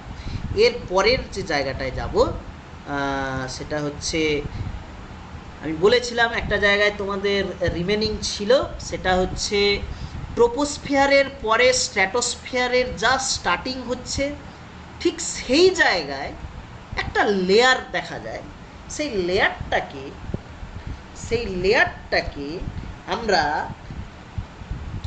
লেয়ারটাকে আমরা কি বলি? ওজোন লেয়ার বা ওজোনোস্ফিয়ার বলে বলি। তোমাদের এটা পড়া হয়ে গেছে, তোমরা জানো। আমি যে জায়গাটায় ধরাবো, আমার যে জায়গাটা ধরানোর জায়গা, যেটা মনে রাখার জন্য, হঠাৎ করে ওটা ওইখানে ওজোন স্ফিয়ারটা হলো কেন, ওজোন স্ফিয়ার হওয়ার জন্য কি ক্ষতি হয় বা কি লাভ হয়, ওজোন স্ফিয়ারটাকে আমরা কিভাবে নিজেরা ক্ষতিগ্রস্ত করছি। তোমাদের মাইক্রোফোনটা একটু মিউট করে দাও, কার আনমিউট করা আছে। ওজোন স্তর থাকলে আমাদের কি সুবিধে, ওজোন স্ফিয়ার থাকলে সূর্য থেকে অতিবেগুনি রশ্মি আসতে পারে না। একটু আলোচনা করছি আমি, আমি প্রেক্ষাপটগুলো আলোচনা করি, যে আমি কি জানবো আমরা এই ওজোন স্তর সম্বন্ধে জানতে। বইতে তো অনেক কিছু আছে, তাহলে ওজোন স্ফিয়ারটা থাকলে কি সুবিধা, হঠাৎ ওজোন বলছি কেন, কি করে তৈরি হচ্ছে, আমরা একটা একটা করে জানবো। জানার আগে তোমাদেরকে আমি জিজ্ঞেস করি, যেহেতু তোমরা জানো বেশ কিছুটা, তো বলো তোমরা কি জানা আছে ওজোন স্ফিয়ার সম্বন্ধে, একটা আইডিয়া আমাদের সবাইকে দাও। স্যার, ওজোন স্ফিয়ার সূর্য থেকে আসা ইউভিএ আর ইউভিবি রশ্মিকে শোষণ করে নেয়, যেটা আমাদের স্কিন ক্যান্সার ঘটায়। আর ওজোন স্ফিয়ার বলতে মানে হঠাৎ করে ওজোন, মানে ওজোন গ্যাসটা ওখানে তৈরি হচ্ছে কি করে, হঠাৎ করে ওজোন, হ্যাঁ বলো। শান্ত মণ্ডলে 20 থেকে 35 কিলোমিটার উচ্চতায় ওজোন গ্যাসের ঘনত্ব সবচেয়ে বেশি, কেন? তাই এই অংশটিকে ওজোন স্তর বলা হয়। ওজোন স্তর মানে ওজোন গ্যাসটা তৈরি হলো কি করে, হঠাৎ করে ওজোন গ্যাস? হ্যাঁ বলো বলো বলো। স্ট্র্যাটোস্ফিয়ারের ঊর্ধ্বাংশে অতিবেগুনি রশ্মি শোষণের মাধ্যমে অক্সিজেন O2 গ্যাস ওজোন গ্যাসে O3 তে রূপান্তরিত হয়। গুড। এই তাহলে এইখানে আমরা অল্প একটু আলোচনা করব ওজোন স্ফিয়ার সম্বন্ধে। যে আমরা দেখলাম এই যে পৃথিবী পৃষ্ঠের ওপরে ট্রোপোস্ফিয়ার পার্টটা থাকছে, এটা হচ্ছে ট্রোপোস্ফিয়ার, আর তার ওপরে যে পার্টটা থাকছে সেটা হচ্ছে, যদি আমরা বলি, স্ট্র্যাটোস্ফিয়ার। এখন এই ট্রোপোস্ফিয়ারের ওপরে এই জায়গাটা জুড়ে আমরা যেটা পড়েছি, যে এই রকম জায়গা জুড়ে এইখানে ওজোন স্তর বলে একটা থাকে। তো হঠাৎ করে এখানে ওজোন স্তরটা থাকার কারণটা কি? তাহলে আমরা এটা জানছি কি ওজোনোস্ফিয়ার সম্বন্ধে, ওজোন স্তর সম্বন্ধে, ওজোন স্তরটা কেন তৈরি হচ্ছে তোমরা জানো। আমি জাস্ট অল্প একটু জায়গা আলোচনা করি। আমাদের এই নেচারে কি আছে? অক্সিজেন আছে, নাইট্রোজেন আছে, কার্বন ডাই অক্সাইড আছে, কার্বন মনোক্সাইড আছে, আরও জলীয় বাষ্প, এটা ওটা নানা রকম উপাদান আছে, তোমাদের এটা জানা আছে। তা এখন সূর্য থেকে কি হয়, বিভিন্ন রকমের রশ্মি আসতে থাকে। তো এখানে এই যে স্ট্র্যাটোস্ফিয়ার অঞ্চলটা আমরা বলেছিলাম শান্ত মণ্ডল বলে আমরা বলেছিলাম, তোমাদের এটা জানা আছে যে শান্ত মণ্ডল মানে কি, এখানে বায়ু প্রবাহটা খুব কম পরিমাণে হয়। এই ট্রোপোস্ফিয়ারটা হচ্ছে ক্ষুব্ধ মণ্ডল, এখানে খুব বেশি পরিমাণে বায়ু, সেই জন্য এই জায়গায় মেঘ, বৃষ্টি এইগুলো ট্রোপোস্ফিয়ারেই হয়ে থাকে। এখন এই যে অক্সিজেন তো এখানেও আছে, আবার অক্সিজেন এই স্তরেও আছে, তো এই স্তরে কেন ওজোন স্তরটা তৈরি হলো না? কারণ এখানে এই যে ট্রোপোস্ফিয়ারটা এতটাই ক্ষুব্ধমণ্ডল, এই জায়গায় মানে একটা জায়গায় অক্সিজেন নিজে ফিক্স থাকতে পারে না, জাস্ট এখানে অক্সিজেন আছে, সঙ্গে সঙ্গে বায়ু প্রবাহ হয়ে আরেক জায়গায় পৌঁছে যাচ্ছে। সূর্যের আলো যদি এখানে ওজোন স্তর না থাকতো, ওই তো ইউভিগুলো এখানেও আসতে পারতো, তাহলে এখানেও অক্সিজেনগুলোকে তৈরি করে ওজোন স্তর তৈরি করতে পারতো। কিন্তু এটা যেহেতু ক্ষুব্ধমণ্ডল, এখানে প্রচণ্ড পরিমাণে বায়ু প্রবাহ হয়, বৃষ্টি হয়, নানা রকম ঝড়ঝাপটা থাকে, তাই এই জায়গায় কিন্তু প্রথম থেকেই ওজোন স্তর তৈরি হতে পারেনি। এটা হচ্ছে প্রথম আমার বলার বক্তব্য। তারপরের জায়গা হচ্ছে শান্তমণ্ডলে তৈরি হয়েছে কেন না, এখানে অক্সিজেনটা প্রবাহটা খুব কম, অক্সিজেনগুলো এক জায়গায় অনেক পরিমাণে আছে। সূর্য থেকে বিভিন্ন রকমের রশ্মি আসে, এই সূর্য থেকে কি হয় যেটা তোমরা বললে যে আল্ট্রাভায়োলেট রে, আল্ট্রাভায়োলেট রে ইউএভি বলে বলা হয়, ইউভি বলে বলা হয়, আল্ট্রাভায়োলেট রেগুলো আসে, এইগুলো অক্সিজেনের সঙ্গে বিক্রিয়া করতে থাকে। অক্সিজেনের সঙ্গে বিক্রিয়া করে, মানে অক্সিজেনের ওপরে সূর্যের আলো আল্ট্রাভায়োলেট রে যদি পড়ে, ও কি করে এটাকে স্প্লিট করে দেয়, মানে অক্সিজেন অণু থেকে অক্সিজেন পরমাণু, দুখানা পরমাণুতে পরিণত করে দেয়। আবার ধরো সেখানে তো অক্সিজেন অণুগুলো ঘুরে বেড়াচ্ছে, তাহলে এই অক্সিজেন অণু কী করছে, একটা অক্সিজেন পরমাণুর সঙ্গে বিক্রিয়া করে ও O3 তৈরি করে ফেলছে। এই O3টাকে বলা হয়, তোমরা যেটা বলছো ওজোন গ্যাস বলে বলা হচ্ছে, ঠিক আছে? তাহলে এই ওজোন গ্যাসটা হচ্ছে O3। এই O3 মানে এরকম প্রচুর পরিমাণে অক্সিজেন আছে, প্রচুর পরিমাণে ও দিয়ে প্রচুর পরিমাণে ওজোন গ্যাস তৈরি হয়ে গেল। তাহলে কেন ট্রোপোস্ফিয়ারে নেই কারণটা বলেছিলাম, কেন শান্তমণ্ডলে আছে না, ওজোন গ্যাস তৈরি হওয়ার পরে যেহেতু এখানে বায়ু প্রবাহ কম, এখানে কি হয়ে গেল না এই বায়ুস্তরে এই ওজোন গ্যাসগুলো থাকে। তাহলে এইটা হয়ে গেল ওজোনোস্ফিয়ার বা ওজোন স্তর বলে আমরা জানলাম। কি করে তৈরি হলো সেটা জেনে নিলাম। আচ্ছা, এটা থাকলে কি সুবিধে হয়? কেউ একজন বললে যে স্যার সূর্য থেকে আসা ইউভিএ, ইউভিবি এগুলোকে শোষণ করে নেয়, যেগুলো পৃথিবী পৃষ্ঠে এলে আমাদের নানা রকম রোগ ব্যাধির তৈরি হতো, আমাদের চামড়ার উপরে পড়ে, স্কিনের উপরে পড়ে স্কিনের নানা রকম রোগ হতো, ক্যান্সার, এটা ওটা নানা রকম রোগের কথা আমরা শুনেছি। তো এটা শোষণ করে নিচ্ছে।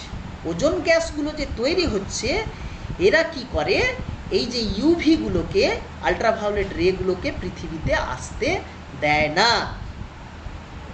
আল্ট্রাভায়োলেট রের তিনটে জিনিস আছে, ইউভির ABC বলে বলা হয়, আল্ট্রাভায়োলেট রে এ, আল্ট্রাভায়োলেট রে বি, আল্ট্রাভায়োলেট রে সি।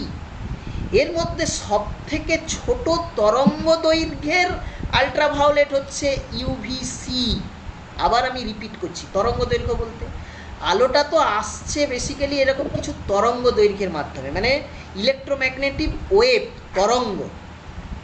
কিছু কিছু তরঙ্গের দৈর্ঘ্য বেশি থাকে আর কিছু কিছু তরঙ্গ দৈর্ঘ্য ছোট থাকে। যেগুলো বেশি থাকে ইউভিএ এবং ইউভিবি, সেইগুলো কি হয় না এইটা পেরিয়ে কিন্তু চলে আসতে পারে পৃথিবী পৃষ্ঠে, কিন্তু ইউভিসিটা এটা ওজোন স্তর দ্বারা আটকে যায়, মানে বাধাপ্রাপ্ত হয়, আসতে পারে না। তার জন্য আমাদের এই নানা রকম রোগ ব্যাধি থেকে আমরা বাঁচতে পারি, রক্ষা পাই, আগে পেতাম, মানে এটা সিল্ড হয়ে আছে, মানে একটা সিল তৈরি হয়ে আছে। যেভাবে ওষুধ বাজার থেকে তৈরি, মানে বাজার থেকে এলোপাত ওষুধ নিয়ে এলে দেখবে যে সেখানে ট্যাবলেটগুলো আছে তার উপরে সিল করা আছে, সেটাকে যদি আমরা খুলে রেখে দিই, বায়ুমণ্ডলের হাওয়া বাতাস জলীয় কণা পেয়ে ওটা নষ্ট হয়ে যায়, যখন খাই তার একটু আগেই ওই সিলটা আমরা খুলে খাই। তো ঠিক এইভাবে আমাদের পৃথিবী এই ট্রোপোস্ফিয়ারের ওপরে এই ওজোন স্তরটা সিল্ড হয়ে আছে। যেভাবে এখন ওই যে ভ্যাকসিন কোভিশিল্ড আমরা নিচ্ছি, মানে কোভ্যাক্সিন তারপরে কোভিশিল্ড নিচ্ছি, মানে নিয়ে আমরা নিজেদেরকে রক্ষা করার চেষ্টা করছি। ঠিক একইভাবে এখানে সিল্ড হয়ে আছে, SHIELD এর স্পেলিংটা হচ্ছে সিল্ড, মানে এটা আস্তরণ তৈরি করে রেখেছে। এই ইউভিএ ইউভিবির রশ্মির তরঙ্গ দৈর্ঘ্য অনেকটা বেশি, সেগুলো চলে আসতে পারে, কিন্তু ইউভিসিটা আটকে যায় ওজোন স্তর দিয়ে। এই ইউভিসিটা হচ্ছে খুব মারাত্মক পরিমাণ। একটা ছবি আমি বোধহয় রেখেছি, আমি দেখাই তোমাদের ছবিটা, তাহলে বেশ কিছুটা আইডিয়া হবে। এই যে দেখো,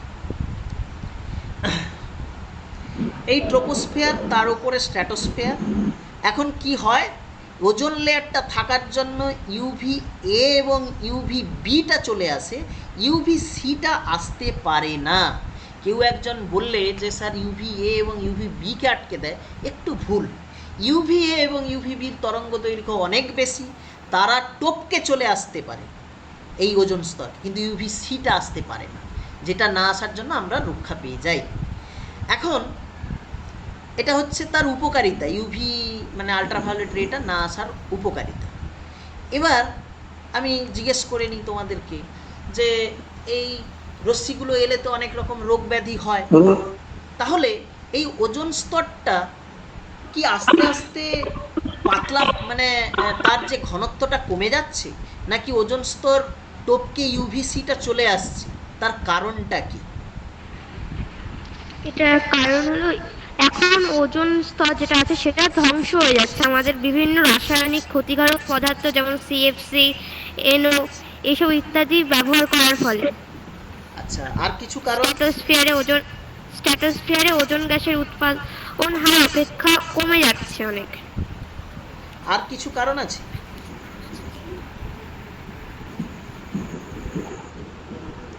ভালো ভালো কথাই বলেছো। তুমি যে কথাগুলো বললে সেগুলোর আমি আরেকটু ব্যাখ্যা করে বোঝাবো। ও বলল যে স্যার নানা রকম রাসায়নিক দ্রব্যের এফেক্টে এই কারণটা ঘটে।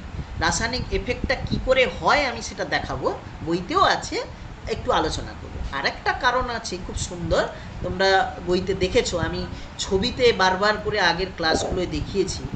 দেখো, এই যে বিভিন্ন রকমের রকেট বা এই যে তোমাদের স্যাটেলাইটগুলো যখন যাচ্ছে, ট্রোপোস্ফিয়ার পেরিয়ে, স্ট্র্যাটোস্ফিয়ার পেরিয়ে, মেসোস্ফিয়ার পেরিয়ে, থার্মোস্ফিয়ার, এক্সোস্ফিয়ার, এই সমস্ত স্তরে যাচ্ছে, থাকছে ওখানে।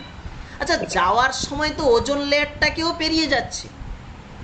তাহলে ওজোন লেয়ারকে যখন পেরোচ্ছে, তখন ওজোন লেয়ারটাকে অল্প পরিমাণ হলেও হালকা করে একটা হোল তৈরি হচ্ছে, একটা মানে যেখানে ছোট মানে হোল, যেটা একটা অ্যাপারচার তৈরি হচ্ছে, যেটা দিয়ে ইউভি আলট্রাভায়োলেট ওই সিটা কিন্তু চলে আসার সম্ভাবনা থাকে।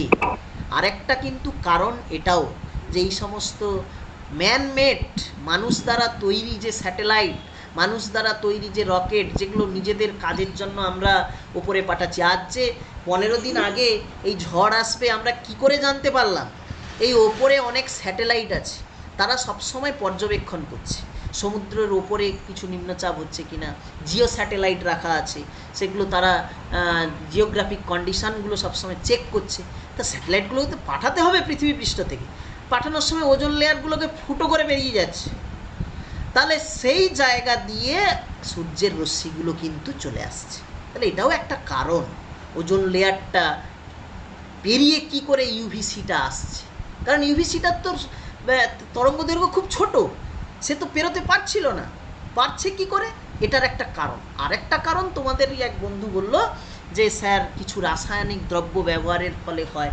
তাহলে রাসায়নিক দ্রব্য ব্যবহারের ফলে নিশ্চয়ই ওই ওজোন লেয়ারে ওই রাসায়নিক দ্রব্যগুলো গিয়ে তাকে কিছু রাসায়নিক বিক্রিয়ার মাধ্যমে ওজোন গ্যাসগুলো আর ওজোন গ্যাসে থাকছে না, ওজোন গ্যাসগুলো অন্য আরেকটা গ্যাসে পরিণত হয়ে যাচ্ছে। সেইটার কি হচ্ছে আমরা একটু দেখে নিই, তোমাদের বইতেও আছে, আমি তার সঙ্গে একটু মিলিয়ে দিই। সেইটা হলে যেটা বলেছিলাম বইয়ে প্রথমে, যে ইউভি রশ্মি এসে অক্সিজেন থেকে ওজোন হচ্ছে, বইয়েরই পার্ট আমি এখানে তুলে রেখেছি, তোমরা পড়বে, বইতেও পড়েছো। পরের যে কারণটা ধ্বংস হওয়ার কারণ, যেটা ও বলল যে স্যার কিছু সিএফসি, এইখানে আমার বক্তব্য আছে যে সিএফসি বলতে আমি কি বুঝি। কারোর কিছু আইডিয়া আছে সিএফসি বলতে কি বোঝায়? What is CFC? ফ্লোরোফ্লোরোকার্বন। এসে থেকে This is represents to chlorine, this is represent to fluorine, again this is represent to carbon. So chlorofluorocarbon.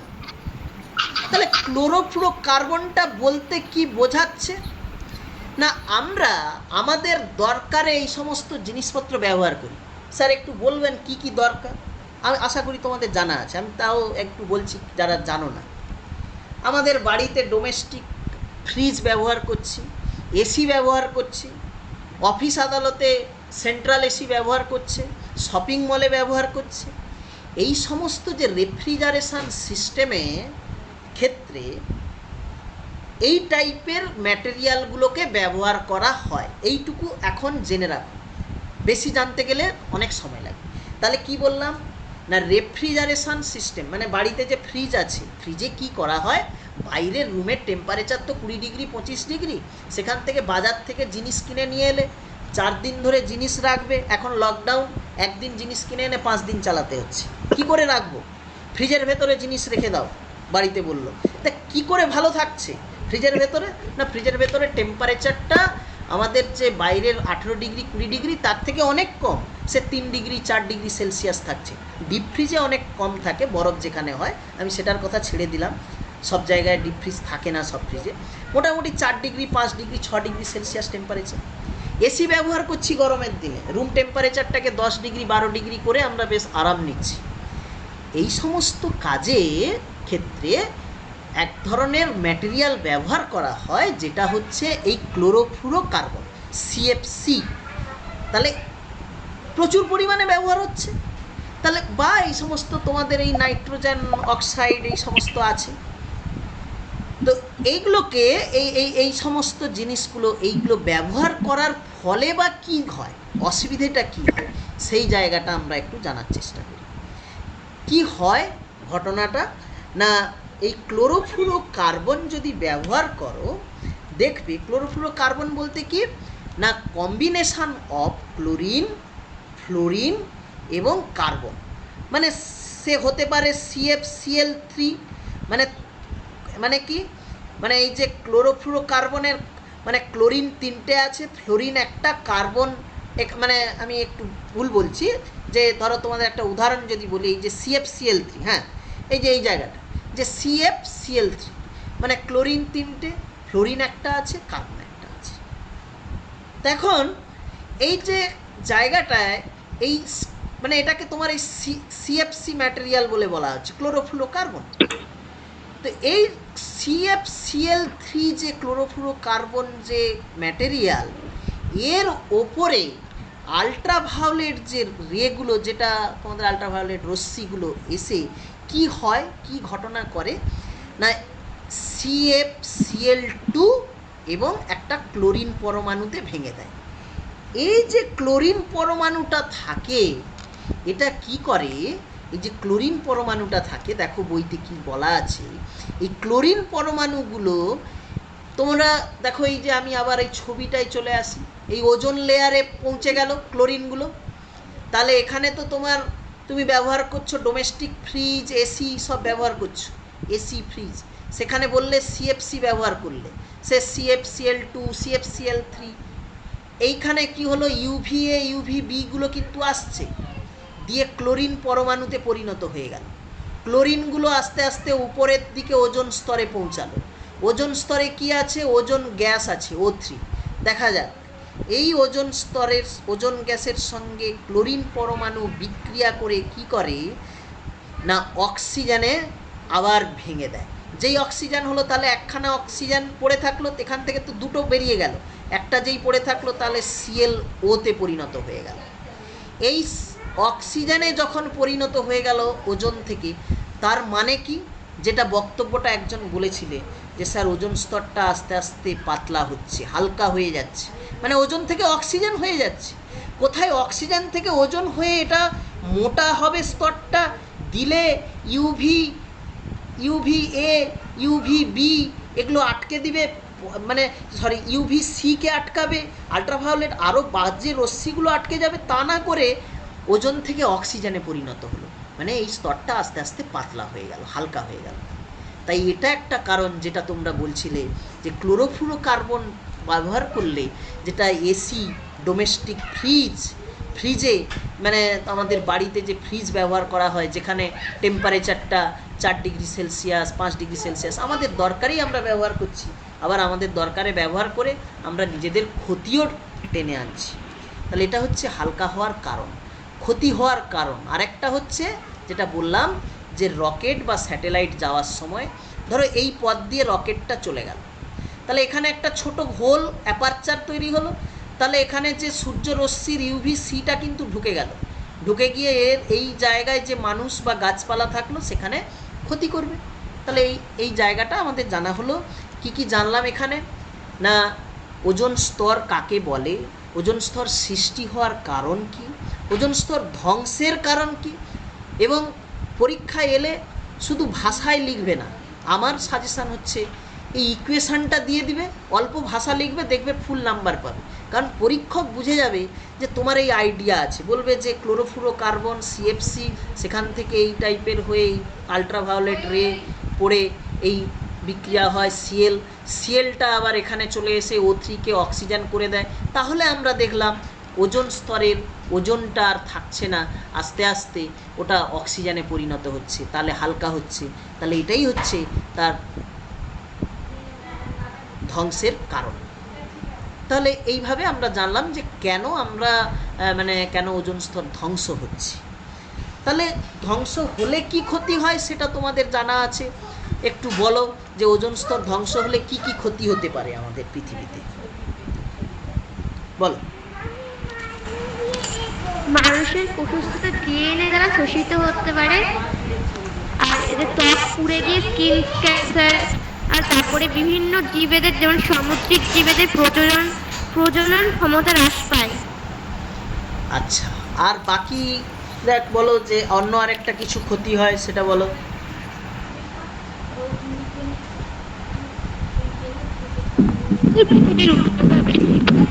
উষ্ণতা বাড়ে, আমার মনে হয় বলার চেষ্টা করছো, তাই তো? আমি শুনতে পাচ্ছি কম।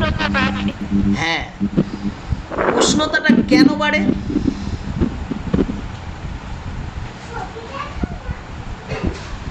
আচ্ছা, গ্রিন হাউস এফেক্ট বলে একটা টার্ম তোমরা পড়েছো, শুনেছো, শোনা যায়, সেইটা কি জিনিস বলো তো, তাহলে এই কারণটা বোঝা যাবে। গ্রিন হাউস এফেক্ট, এই ভৌমিক বলো, ভূতনাথ ভৌমিক।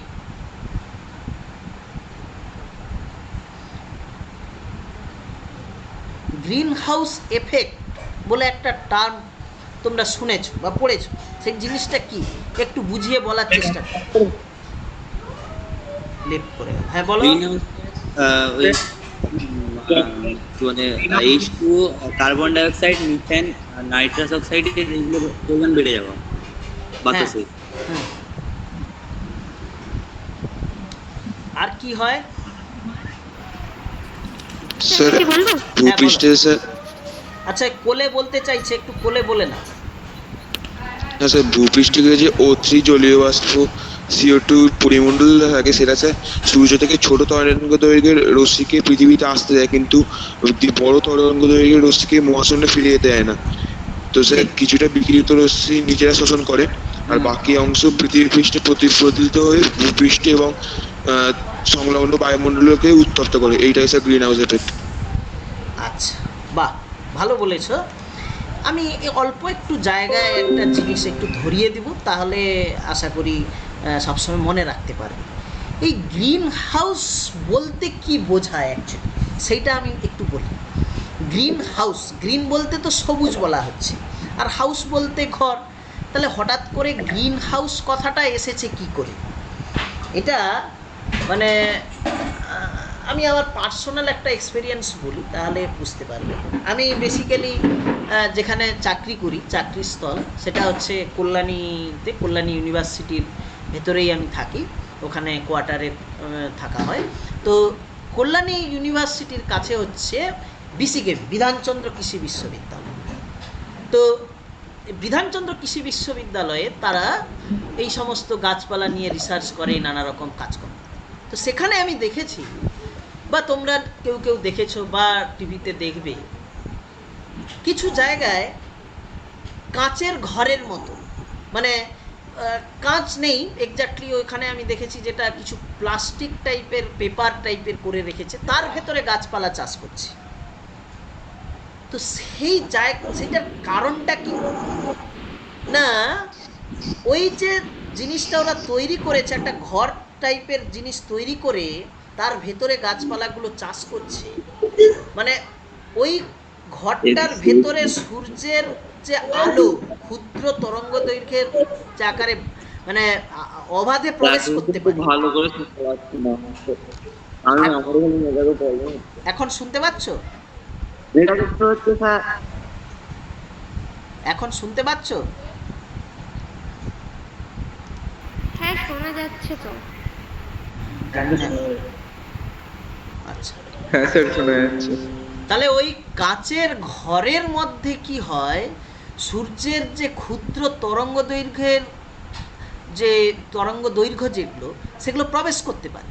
প্রবেশ করে কি হবে, তার ভেতরে তার তাপমাত্রাটা বাড়াচ্ছে, দিয়ে ওখানে তাপমাত্রাটা বাড়ান, কিন্তু পুনরায় যে ফিরে যাবে যেটা, সেইটা বাধা পেয়ে যায়। তো এইরকম করে কাচের ঘরের মতো কিছু করে গাছপালা চাষ করা হয়, পরিচর্যা করা হয়, যেটাকে বলা হয় গ্রিন হাউস এফেক্ট। সেখান থেকেই টার্মটা চলে এসছে।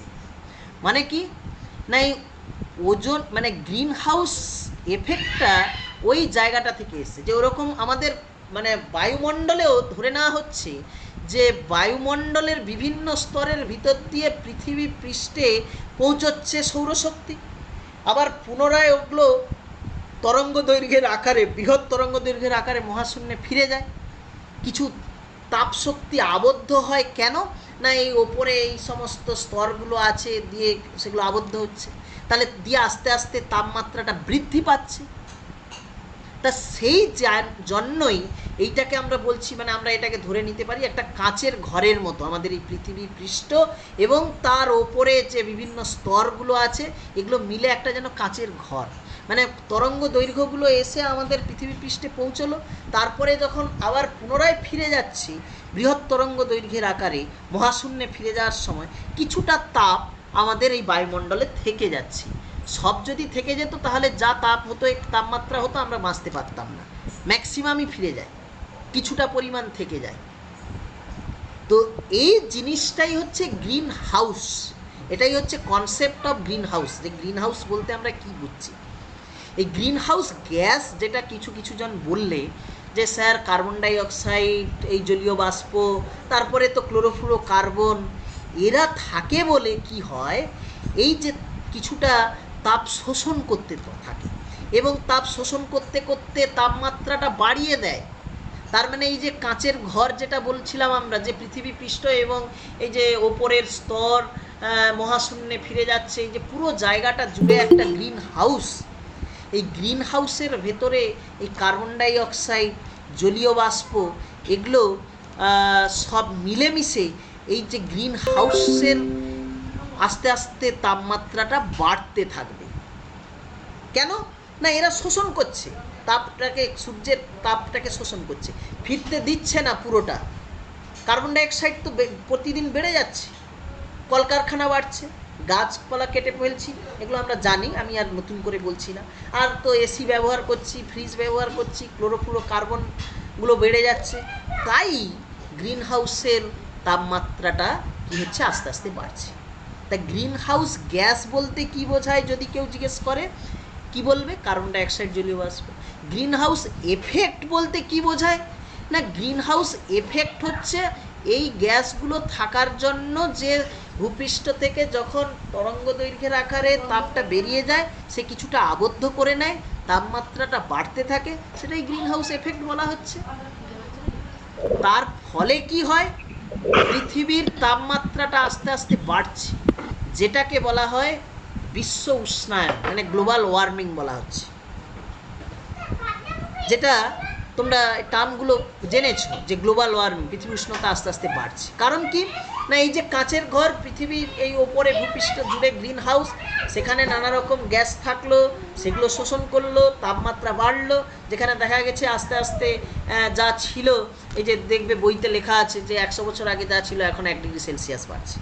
বাড়লে কি হয়, তাপমাত্রা বাড়লে কি হবে বলো কেউ একজন?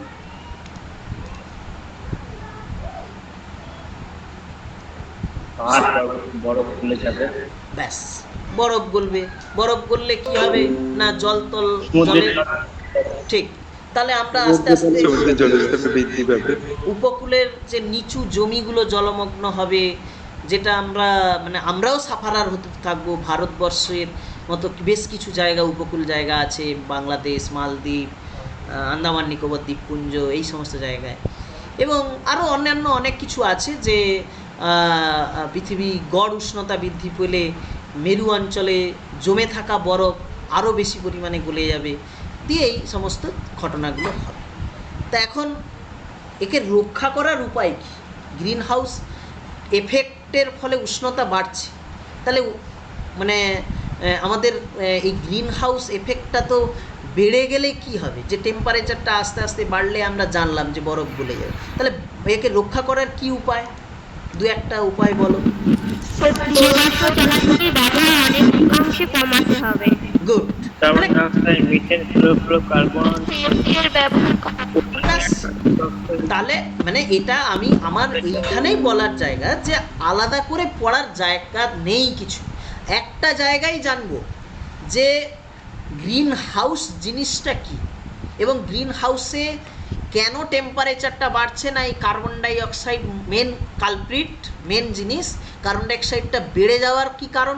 গাছপালা কমাচ্ছি আমরা, জ্বালানি ব্যবহার করছি, দিয়ে কার্বন ডাই অক্সাইড সে বেড়ে যাচ্ছে। এগুলোকে আমাদের কমাতে হবে। আমরা তার পরিবর্তে আমরা কোনো অন্যান্য জিনিসপত্র ব্যবহার করব, যেখানে সৌরশক্তিকে ব্যবহার করে আমরা আলো জ্বালানোর চেষ্টা করব, সৌরশক্তিকে ব্যবহার করে রান্নার ব্যবস্থা করতে পারি, বা সে আরও অন্যান্য উপায় আমরা চেষ্টা করব। তো এইগুলো একটা জিনিস যদি তোমার জানা থাকে না, তাহলে গ্রিন হাউস এফেক্ট কী, গ্লোবাল ওয়ার্মিং কী, কেন বাড়ে, কী করে রক্ষা পাওয়া যায়, প্রত্যেকটা কারণই কিন্তু আর আলাদা করে পড়বে না। মানে আমার ভেরি ফ্র্যাঙ্কলি যে বারবার করে কেন আমি একটা জিনিস পড়তে যাব, আমি মেন জায়গাটা জেনে নিব যে গ্রিন হাউস মানেটা কি। যে হাউস মানে ঘর, গ্রিন মানে এই ভেতরে গাছপালা চাষ করে এই কনসেপ্টটা করা হয়েছিল যে এরকমভাবে যদি গাছপালা চাষ করা যায় যে যেখানে তার মানে হিটটা ঢুকবে কিন্তু বেরোতে পারবে না, দিলে তার উষ্ণতাটা আস্তে আস্তে বাড়তে থাকবে, সেরকম জায়গায় কিন্তু কিছু গাছপালা চাষ করা যেতে পারে। যে কি পরিস্থিতি হয় তাহলে দেখা যাক যে কি পরিস্থিতি হয়, সেইটা দেখা হয়েছিল, সেইটা দেখা হয়, সেইটাকেই বলা হয় গ্রিন হাউস। সেখান থেকে এই পৃথিবীরও পৃষ্ঠ, তার উপরে আমি গাছপালা আছে, মানুষ আছে, তার উপরে বিভিন্ন স্তর আছে, তাহলে সেই তাপটা যদি আমি না বেরোতে দেই, যদি না বেরিয়ে যায়, যদি কেউ শোষণ করে নেয়, তাহলে তার তাপমাত্রা বাড়বে। তাপমাত্রা বাড়লে কি হয়, কি করে রক্ষা পাওয়া যাবে? তোমরা নিজেরাই বললে যে স্যার এই মানে আমরা অন্যান্য উপায় বাছার চেষ্টা করব, অপ্রচলিত শক্তি ব্যবহার করব, ক্লোরোফ্লোরো কার্বনগুলোকে একটু নিয়ন্ত্রণে আনব, আর বন জঙ্গলকে না কাটার চেষ্টা করব। তো এটা তোমাদের জানা আছে।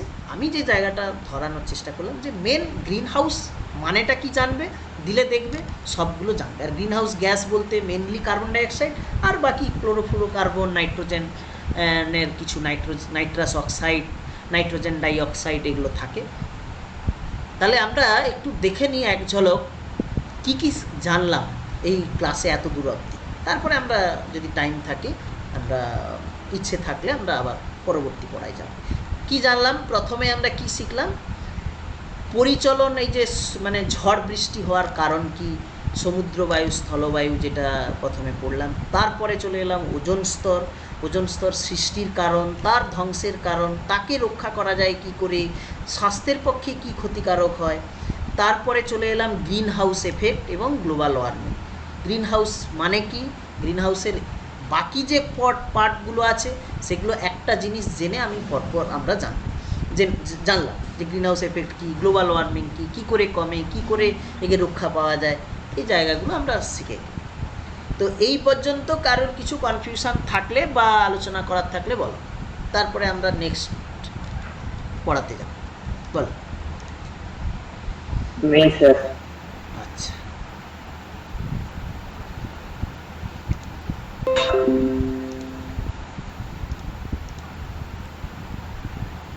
ওকে, আর অল্প 10-15 মিনিট ক্লাস নেব। 8:40-45 বাজে, আমরা 9:05-10 ক্লাসটা শেষ করব। তো বাকি কি আছে আমরা দেখি কি পড়াশুনো করা যায়। তো আমরা এখন এত দূর অবধি যেটা জানলাম মোটামুটি পরিবেশের যে পার্টটা, সেখানে বিভিন্ন স্তর, তার বিভিন্ন স্তরের সিগনিফিক্যান্স, প্রত্যেকটা নামের কারণ কি, এবং সেখানে কি টেম্পারেচার থাকে, টেম্পারেচার কতটা ফলস করে, প্রেসার কিভাবে ফলস করে। তারপরে আমরা জানলাম যে ওজোন স্তর সম্বন্ধে একটু ডিটেলস আইডিয়া আমাদের হলো, এবং গ্লোবাল ওয়ার্মিং বলতে আমরা কি বুঝি, যেটা পরিবেশের একটা মেন এখন রিজন হয়ে দাঁড়িয়েছে। বহু জায়গায় এই নিয়ে পড়াশোনা হচ্ছে, রিসার্চ চলছে যে গ্লোবাল ওয়ার্মিংটাকে কী করে কমানো যায়, না হলে বেশ কিছুদিন পরে হয়তো পুরো পৃথিবী পৃষ্ঠটা দেখা যাবে জলের নিচে চলে যেতে পারে। এগুলো নিয়ে পড়াশোনা হচ্ছে। তো এটা আমরা এত দূর অবধি পড়াশোনায় শিখলাম। এরপরে আমরা এখান থেকে একটা ইস্যু তৈরি হলো আমাদের, মানে তোমরাই বললে যে এই যে প্রথম যেটা বললে যে স্যার কিছু অপ্রচলিত শক্তি বা পুনর্বীকরণ, যেটা মানে যেটাকে আমরা বলি বেসিক্যালি মানে নন কনভেনশনাল এবং সাস্টেনেবল ডেভেলপমেন্ট।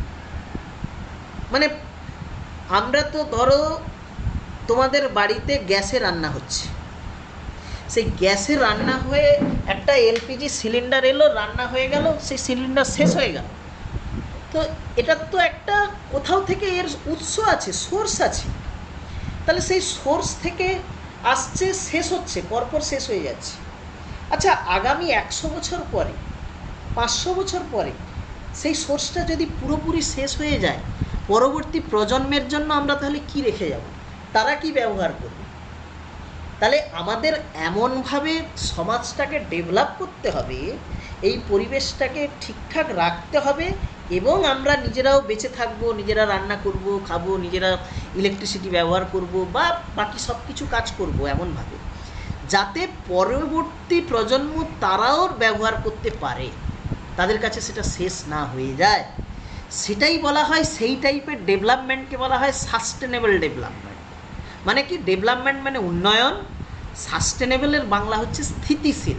ডেভেলপমেন্টটা হবে এইভাবেই, মানে ওই ডিজেল পেট্রোল যা আমরা খনিজ তেল থেকে পেলাম শেষ করে দিলাম, আর পেলাম না, কয়লা যা পেয়েছি কয়লা খনি শেষ, আর আমাদের কোনো কিছু নেই, আমরা এবারে কি করব আমরা জানি না আর কিছুদিন পরে। তাহলে সেই টাইপের ডেভেলপমেন্ট আমরা চাইবো না। আমরা কি টাইপের? স্থিতিশীল উন্নয়ন, সাস্টেনেবল ডেভেলপমেন্ট। এটাই হচ্ছে একটা উপায় যেটা গ্রিন হাউস এফেক্টকে রক্ষা করার উপায় বা গ্লোবাল ওয়ার্মিংকে রক্ষা করার উপায়। তাহলে এইখানে আমি খুব বেশি পড়াবো না, জাস্ট একটু আলোচনার থ্রু দিয়ে এই পার্টটা পড়িয়ে দেবো, কারণ এখানে বেসিক্যালি তোমাদের বেশ কিছু জিনিস জানা আছে। অল্প একটু জায়গা বলবো যে সাস্টেনেবল ডেভেলপমেন্টটা কী হলো, স্থিতিশীল উন্নয়ন। এখানে এমনভাবে আমরা শক্তিগুলোকে ব্যবহার করব।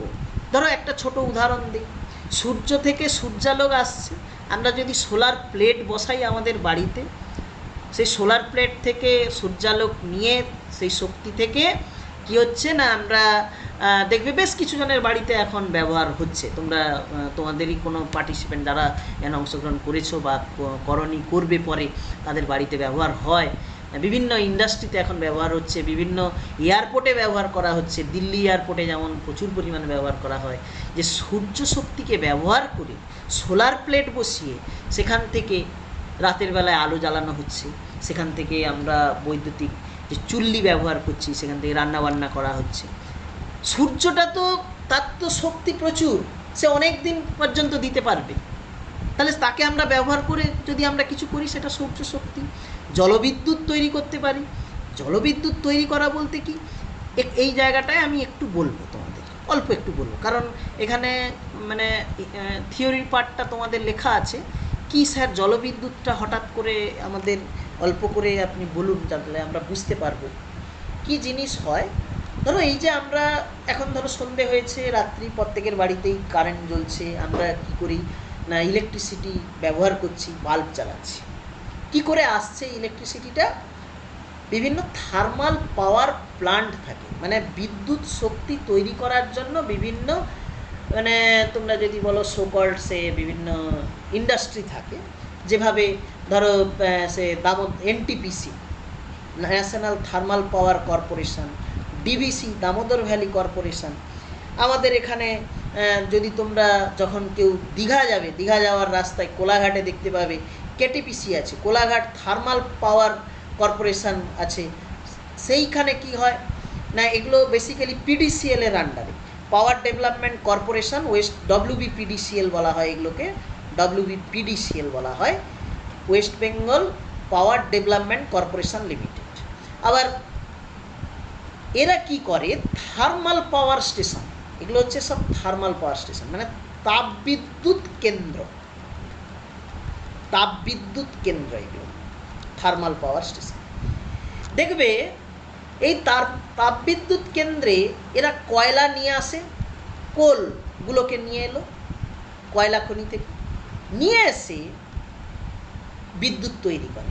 কি করে করে অল্প একটু বলবো, পুরোটা জানার দরকার নেই।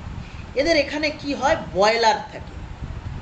বয়লার, বয়লার বলতে স্যার কি বলছেন, বাড়িতে যখন দেখবে ভাত রান্না হয়, ভাত রান্নার আগে হাঁড়িতে জল দিয়ে দেওয়া হয়, জলের নিচে ওই হিট দেওয়া হয়, জলটা ফুটে বাষ্পে পরিণত হয়।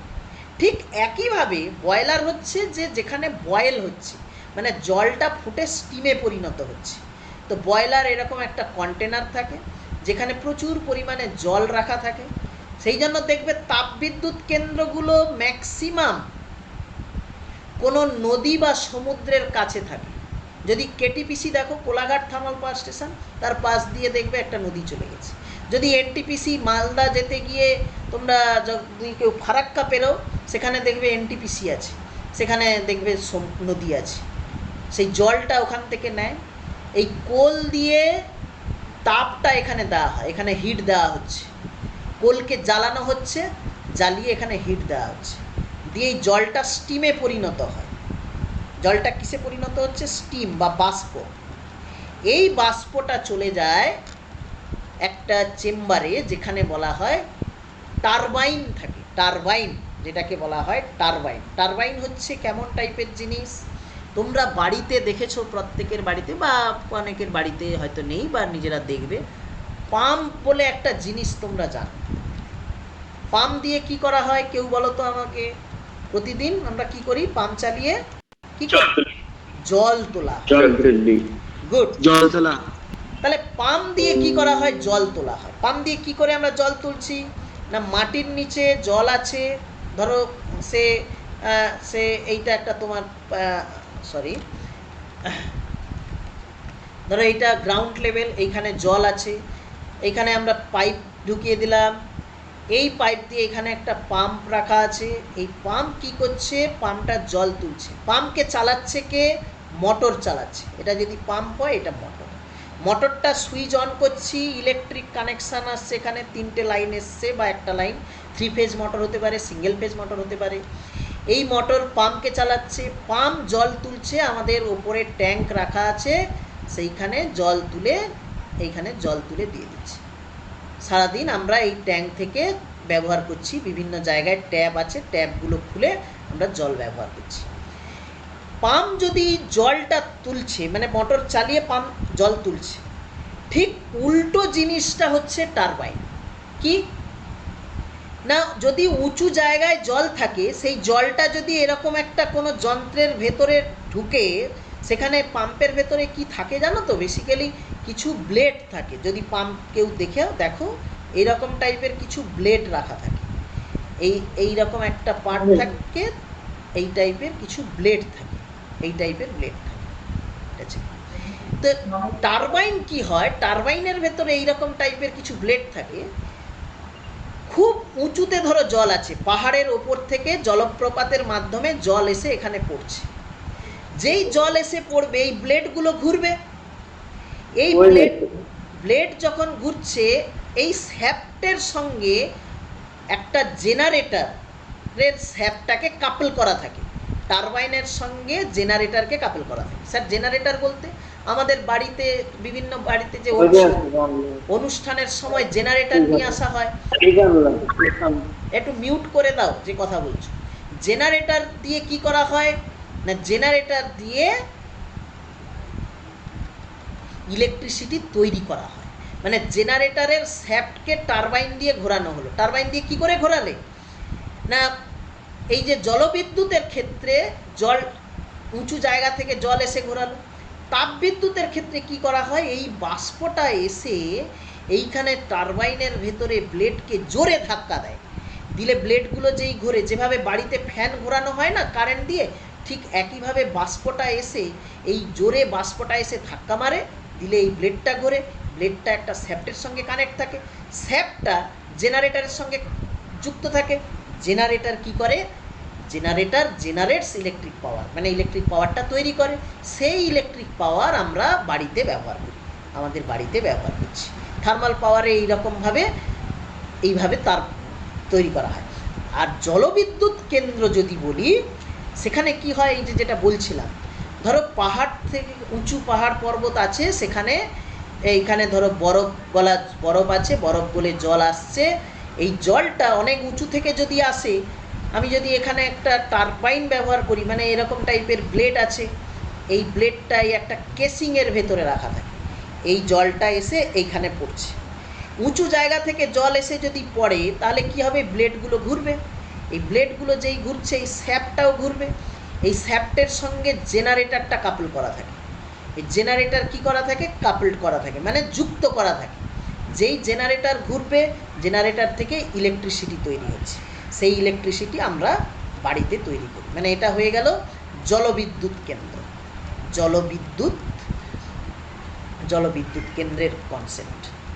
তো এই জলবিদ্যুৎ কেন্দ্রে তাহলে দুটোর মধ্যে পার্থক্য বোঝার চেষ্টা করো একটু, তাহলে বাকি পড়াগুলো কিন্তু তোমরা ইজিলি পড়তে পারো।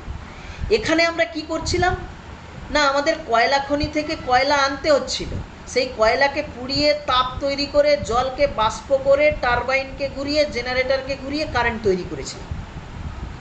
কিন্তু জলবিদ্যুৎ কেন্দ্রে উঁচু জায়গা থেকে জলটা আসছে, এই টারবাইনে এসে পড়লো, টারবাইনের ব্লেড ঘুরলো, শ্যাফট ঘুরলো, শ্যাফটটা জেনারেটরের সঙ্গে কানেক্ট করা থাকলো, জেনারেটর ইলেকট্রিসিটি তৈরি করে দিল। তাহলে এই এর তো কোনো শেষ নেই, কারণ এখানে প্রচুর পরিমাণে বরফ আছে, সূর্যের আলো এসে পড়ছে, আর এই বরফ গলছে, আর জল তৈরি হচ্ছে, জলবিদ্যুৎ কেন্দ্র থেকে আমরা বিদ্যুৎ পাচ্ছি। সুতরাং এটা হচ্ছে একটা অপ্রচলিত শক্তি, আর এটা হয়ে গেল প্রচলিত শক্তি, মানে কনভেনশনাল এনার্জি এটা, মানে যেটা কনভেনশনালি তৈরি হচ্ছে, আর এটা নন কনভেনশনাল, মানে যেটা আমরা এই জলটা আবার আমরা অন্য কাজেও ব্যবহার করতে পারি। টারবাইন দিয়ে চলে যাওয়ার পরে নদী নালায় চলে যাচ্ছে, বা বিভিন্ন জমিতে যাচ্ছে, যেখানে আমরা চাষ করতে পারি। সুতরাং আমরা দেখতে পেলাম, এবং এখানে দূষণ কম। এখানে যখন আমি এই কোলটা পোড়াচ্ছি, দিয়ে তাপ তৈরি করছি, প্রচুর পরিমাণে কার্বন ডাইঅক্সাইড, কার্বন মনোঅক্সাইড তৈরি হচ্ছে, যেটা ওই গ্রিন হাউস এফেক্টে প্রচণ্ড পরিমাণে সাহায্য করে, মানে গ্রিন হাউস গ্যাস তৈরি করে দিচ্ছে। কিন্তু এইখানে কিন্তু কোনো গ্রিন হাউস গ্যাস তৈরি হচ্ছে না। সুতরাং তোমাদের যে পরবর্তী যে জিনিসটা আছে, সেখানে আমি বেশি কিছু বলবো না, জাস্ট এইটুকু একটা জিনিস বলে বাকিগুলো তোমরা নিজেরাই দেখবে যে কিভাবে বাকি জিনিসগুলো সাজানো আছে। অলরেডি তোমরা পড়েছো, এই জায়গাটা আমি আর বেশি ঢুকবো না। যে শক্তির যথাযথ ব্যবহার, যে আমরা স্থিতিশীল উন্নয়ন কি করে করতে পারি, যেটা আমি একটা উদাহরণ তোমাদের দেখালাম।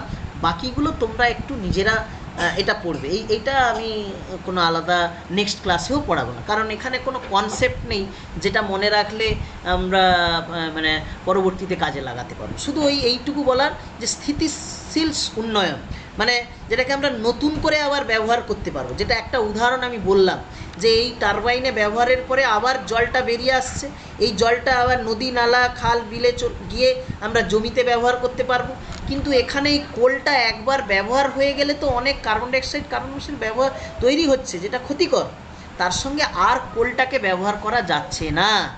তাই এটা কিন্তু এটা কনভেনশনাল প্রসেস, এটার কোনো সাস্টেনেবল ডেভেলপমেন্ট নয়, কিন্তু এইটা হচ্ছে সাস্টেনেবল ডেভেলপমেন্টের আন্ডারে পড়ে যাচ্ছে। সৌর শক্তি, সোলার প্লেট ব্যবহার তোমরা করতে পারো, তাহলে সেটা একটা চলে যাবে কনভেনশনাল নয়, নন কনভেনশনাল এবং স্থিতিশীল উন্নয়নের মধ্যে যাচ্ছে। এইভাবে কিছু জিনিস আছে তোমাদের বইতে, এই জায়গাটা আমার বলার খুব একটা জায়গা নেই। আরও বিভিন্ন রকম আছে, বায়োমাস, মানে আমরা যে প্রতিদিনের যে বিভিন্ন গাছপালা পাতা পড়ছে, এবং মৃতদেহ, প্রাণী মলমূত্র এগুলো আমরা ব্যবহার করতে পারি বায়োমাস হিসাবে। বায়োগ্যাস বর্জ্য পদার্থ থেকে বিদ্যুৎ তৈরি করা যায়। হ্যাঁ বলো। হ্যালো, হ্যাঁ কেউ কিছু বলছো? শুনতে পাচ্ছেন স্যার? হ্যাঁ শোনা যাচ্ছে, বলো। কিছু বলবে? বলছি স্যার পরের দিনে জয়েনিং লিঙ্কটা কি এটাই থাকবে? হ্যাঁ সেটা আমি বলে দেবো তোমাদের, ক্লাস শেষে বলে দিচ্ছি। তো এই হচ্ছে তোমাদের মোটামুটি প্রথম চ্যাপ্টারের এই যেটা এই লাস্টের দিকে বললাম। এখানে আমার বক্তব্য কিছু নেই, কারণ যেটা ছিল এই জায়গাটা বোঝানোর এটা বুঝিয়ে দিলাম। বাকিটা তোমরা নিজেরা, কারণ এখানে ওই স্থিতি শক্তি কিভাবে ডেভেলপমেন্ট কিভাবে করা যায় তার একটা উদাহরণ দিলাম, বাকিটা দেখবে। পরের দিন আমাদের ক্লাস বলতে আমাদের অ্যাকচুয়ালি শিডিউল ক্লাস হচ্ছে ক্লাস 10-এর জন্য। ক্লাস 10-এর জন্য আমাদের যে শিডিউল ক্লাস ওটা হচ্ছে যে আমরা তোমরা পেয়েছো অলরেডি। ক্লাস 10-এর রবিবার দিন তোমাদের ম্যাথমেটিক্স এবং বৃহস্পতিবার ফিজিক্যাল সায়েন্স। কিন্তু গতকাল ক্লাসটা হয়নি বিশেষ কারণে, কারণ প্রাকৃতিক দুর্যোগের কারণে জয়েনিংয়ের সমস্যা ছিল। যদিও আজকেও সেই সমস্যা হয়েছে, কারণ তার জন্য কম অ্যাটেন্ডেন্স আমি দেখতে পাচ্ছি। তো সেটা যেভাবে শিডিউল আছে সেইভাবেই শিডিউলে হবে। আজকেরটা গতকালের ক্লাসটা আজকে করানো হলো। আর জয়েনিংয়ের প্রসেস প্রতিদিন একই রকমভাবে, সে ফিজিক্যাল সায়েন্স হোক আর ম্যাথমেটিক্স হোক, যে গুগল মিটের লিঙ্ক পাঠানো হয়েছে সেই সেম গুগল মিটের লিঙ্ক দিয়েই তোমরা প্রতিদিন ক্লাসে জয়েন করবে। এই ফিজিক্যাল সায়েন্সের ক্লাস হবে তোমাদের সন্ধ্যে 7টার সময়, এবং ম্যাথমেটিক্সের ক্লাস হবে সকাল 7:30টার সময়, যেটা নেবেন শুভজিৎ মাইতি স্যার। এই যে এইখানে লেখা আছে দেখো যে ফিজিক্যাল সায়েন্স থার্সডে বৃহস্পতিবার সন্ধ্যে 7টায় আমি নেব, এবং ম্যাথমেটিক্স নেবেন শুভজিৎ মাইতি। রবিবার এই রবিবারও ক্লাস হবে সন্ধ্যে, সেটা হবে সকাল 7:30টায়। লিঙ্ক হচ্ছে যে লিঙ্ক তোমরা পেয়েছো, যে লিঙ্ক দিয়ে জয়েন করেছো সেই সেম লিঙ্ক দিয়ে তোমরা জয়েন করবে। আর ক্লাস এইভাবেই হবে। আর বাকি হচ্ছে, একটু দাঁড়াও আমি তোমাদের এটা একটু নিয়ে নিই ছবিটা। একই প্রসেসে ক্লাস হবে, যেটা জিজ্ঞেস করেছিলে একই লিঙ্কে মাধ্যমে ক্লাস হবে। যদি কখনো কোনো ক্লাস রিশিডিউল হয় তাহলে সেটা হয়তো এবারে মেসেজ পাঠানো হয়েছে বা কালকেরটা মেসেজ পাঠানো হয়নি, তো আজকে মনে হয় মেসেজ পাঠিয়েছে শুভজিৎ। তো তোমরা যে সাইটে মাধ্যমে রেজিস্ট্রেশন করেছো সেই সাইটে আমরা নোটিফিকেশান বলে সব সময় আপডেট করে দেব। তোমরা আশা করি সেই নোটিফিকেশান দেখেছো। সেই নোটিফিকেশানটা ক্লাস শুরুর আগে একটু দেখে নেবে। যদি কোনো দিন রিশিডিউল হয় কোনো বিশেষ কারণে, সেটা আমরা সেখানে মেনশান করে দেবো। আলাদা করে মেসেজ পাঠানো ভেরি ডিফিকাল্ট আর কি এত ছেলেকে। তো আর কিছু বক্তব্য আছে কারোর ক্লাস সম্বন্ধে বা ক্লাসের অন্যান্য কিছু সম্বন্ধে? না স্যার, আর কিছু বক্তব্য নেই। আচ্ছা, না স্যার। ওকে। সো তোমাদের পরবর্তী ক্লাস ফিজিক্যাল সায়েন্সের তো হবে নেক্সট বৃহস্পতিবার, কিন্তু ম্যাথমেটিক্সের হবে রবিবার সকাল 7:30টায়। ঠিক আছে? হ্যাঁ স্যার। আচ্ছা, তাহলে এই বলে আজকের ক্লাস আমি কনক্লুড করব। স্টিল নাও আবারও জিজ্ঞেস করে নিচ্ছি, কারোর কিছু অসুবিধে থাকলে আমার সঙ্গে শেয়ার করতে পারো। এই বিশ্বরূপ, বুঝতে পারছো ক্লাসগুলো? তুমি কি প্রথম এলে না এর আগে এসেছিলে? এর আগে দুটো ক্লাস ছিলে বিশ্বরূপ? না, এর আগের একটা ক্লাসে ছিলাম। আচ্ছা, বিশ্বরূপ দাস মহাপাত্র তো? হ্যাঁ। আচ্ছা আচ্ছা, বুঝতে পেরেছি। ঠিক আছে, ক্লাসগুলো ভালো করে, ক্লাস কেমন লাগছে তোমার? ভালো লাগছে স্যার। ঠিক আছে, ঠিক আছে। বাকিদেরও বলি যে মানে ক্লাসগুলো করতে গিয়ে হয়তো অনেক সময় যেটা হয় যে ডাটা শেষ হয়ে যাওয়ার একটা সম্ভাবনা থাকে। সেই জন্য আমি আগের দিনও বলেছি, আবারও বলবো যে বাড়িতে একটু রিকোয়েস্ট করবে, যদি পার্টিকুলারলি বৃহস্পতিবার এবং রবিবার একটু ডাটা প্যাকেজটা বেশি রাখা যায় বা ঢোকানো যায়, তাহলে যদি তোমরা ইন্টারেস্টেড হও ক্লাসে তাহলে সুবিধে হয়, তাহলে ডাটাটা শেষ হবে না, ক্লাসটা আমরা কন্টিনিউয়াসলি করতে পারি। আমাদের অ্যাটেন্ডেন্স ভালোই থাকে। গতকাল যেহেতু ক্লাসটা রিশিডিউল হয়েছে, বেশ কিছু মিসকমিউনিকেশানও হয়েছে এবং স্টিল নাও এখনও ওয়েদার খারাপ থাকার জন্য বেশ কিছু জায়গা থেকে ছেলেমেয়েরা জয়েন করতে পারছে না। তো সেটা আশা করি রবিবার দিন ওয়েদার ঠিক হয়ে গেলে আমরা বেশ কিছু আরও ক্যান্ডিডেটকে পাবো, আমাদের ক্লাসটায় আরও অনেক ক্যান্ডিডেট নিয়ে আমরা ক্লাস করতে পারবো। ঠিক আছে, তাহলে এই বলে আমি ক্লাস আজকে কনক্লুড করছি। Good night.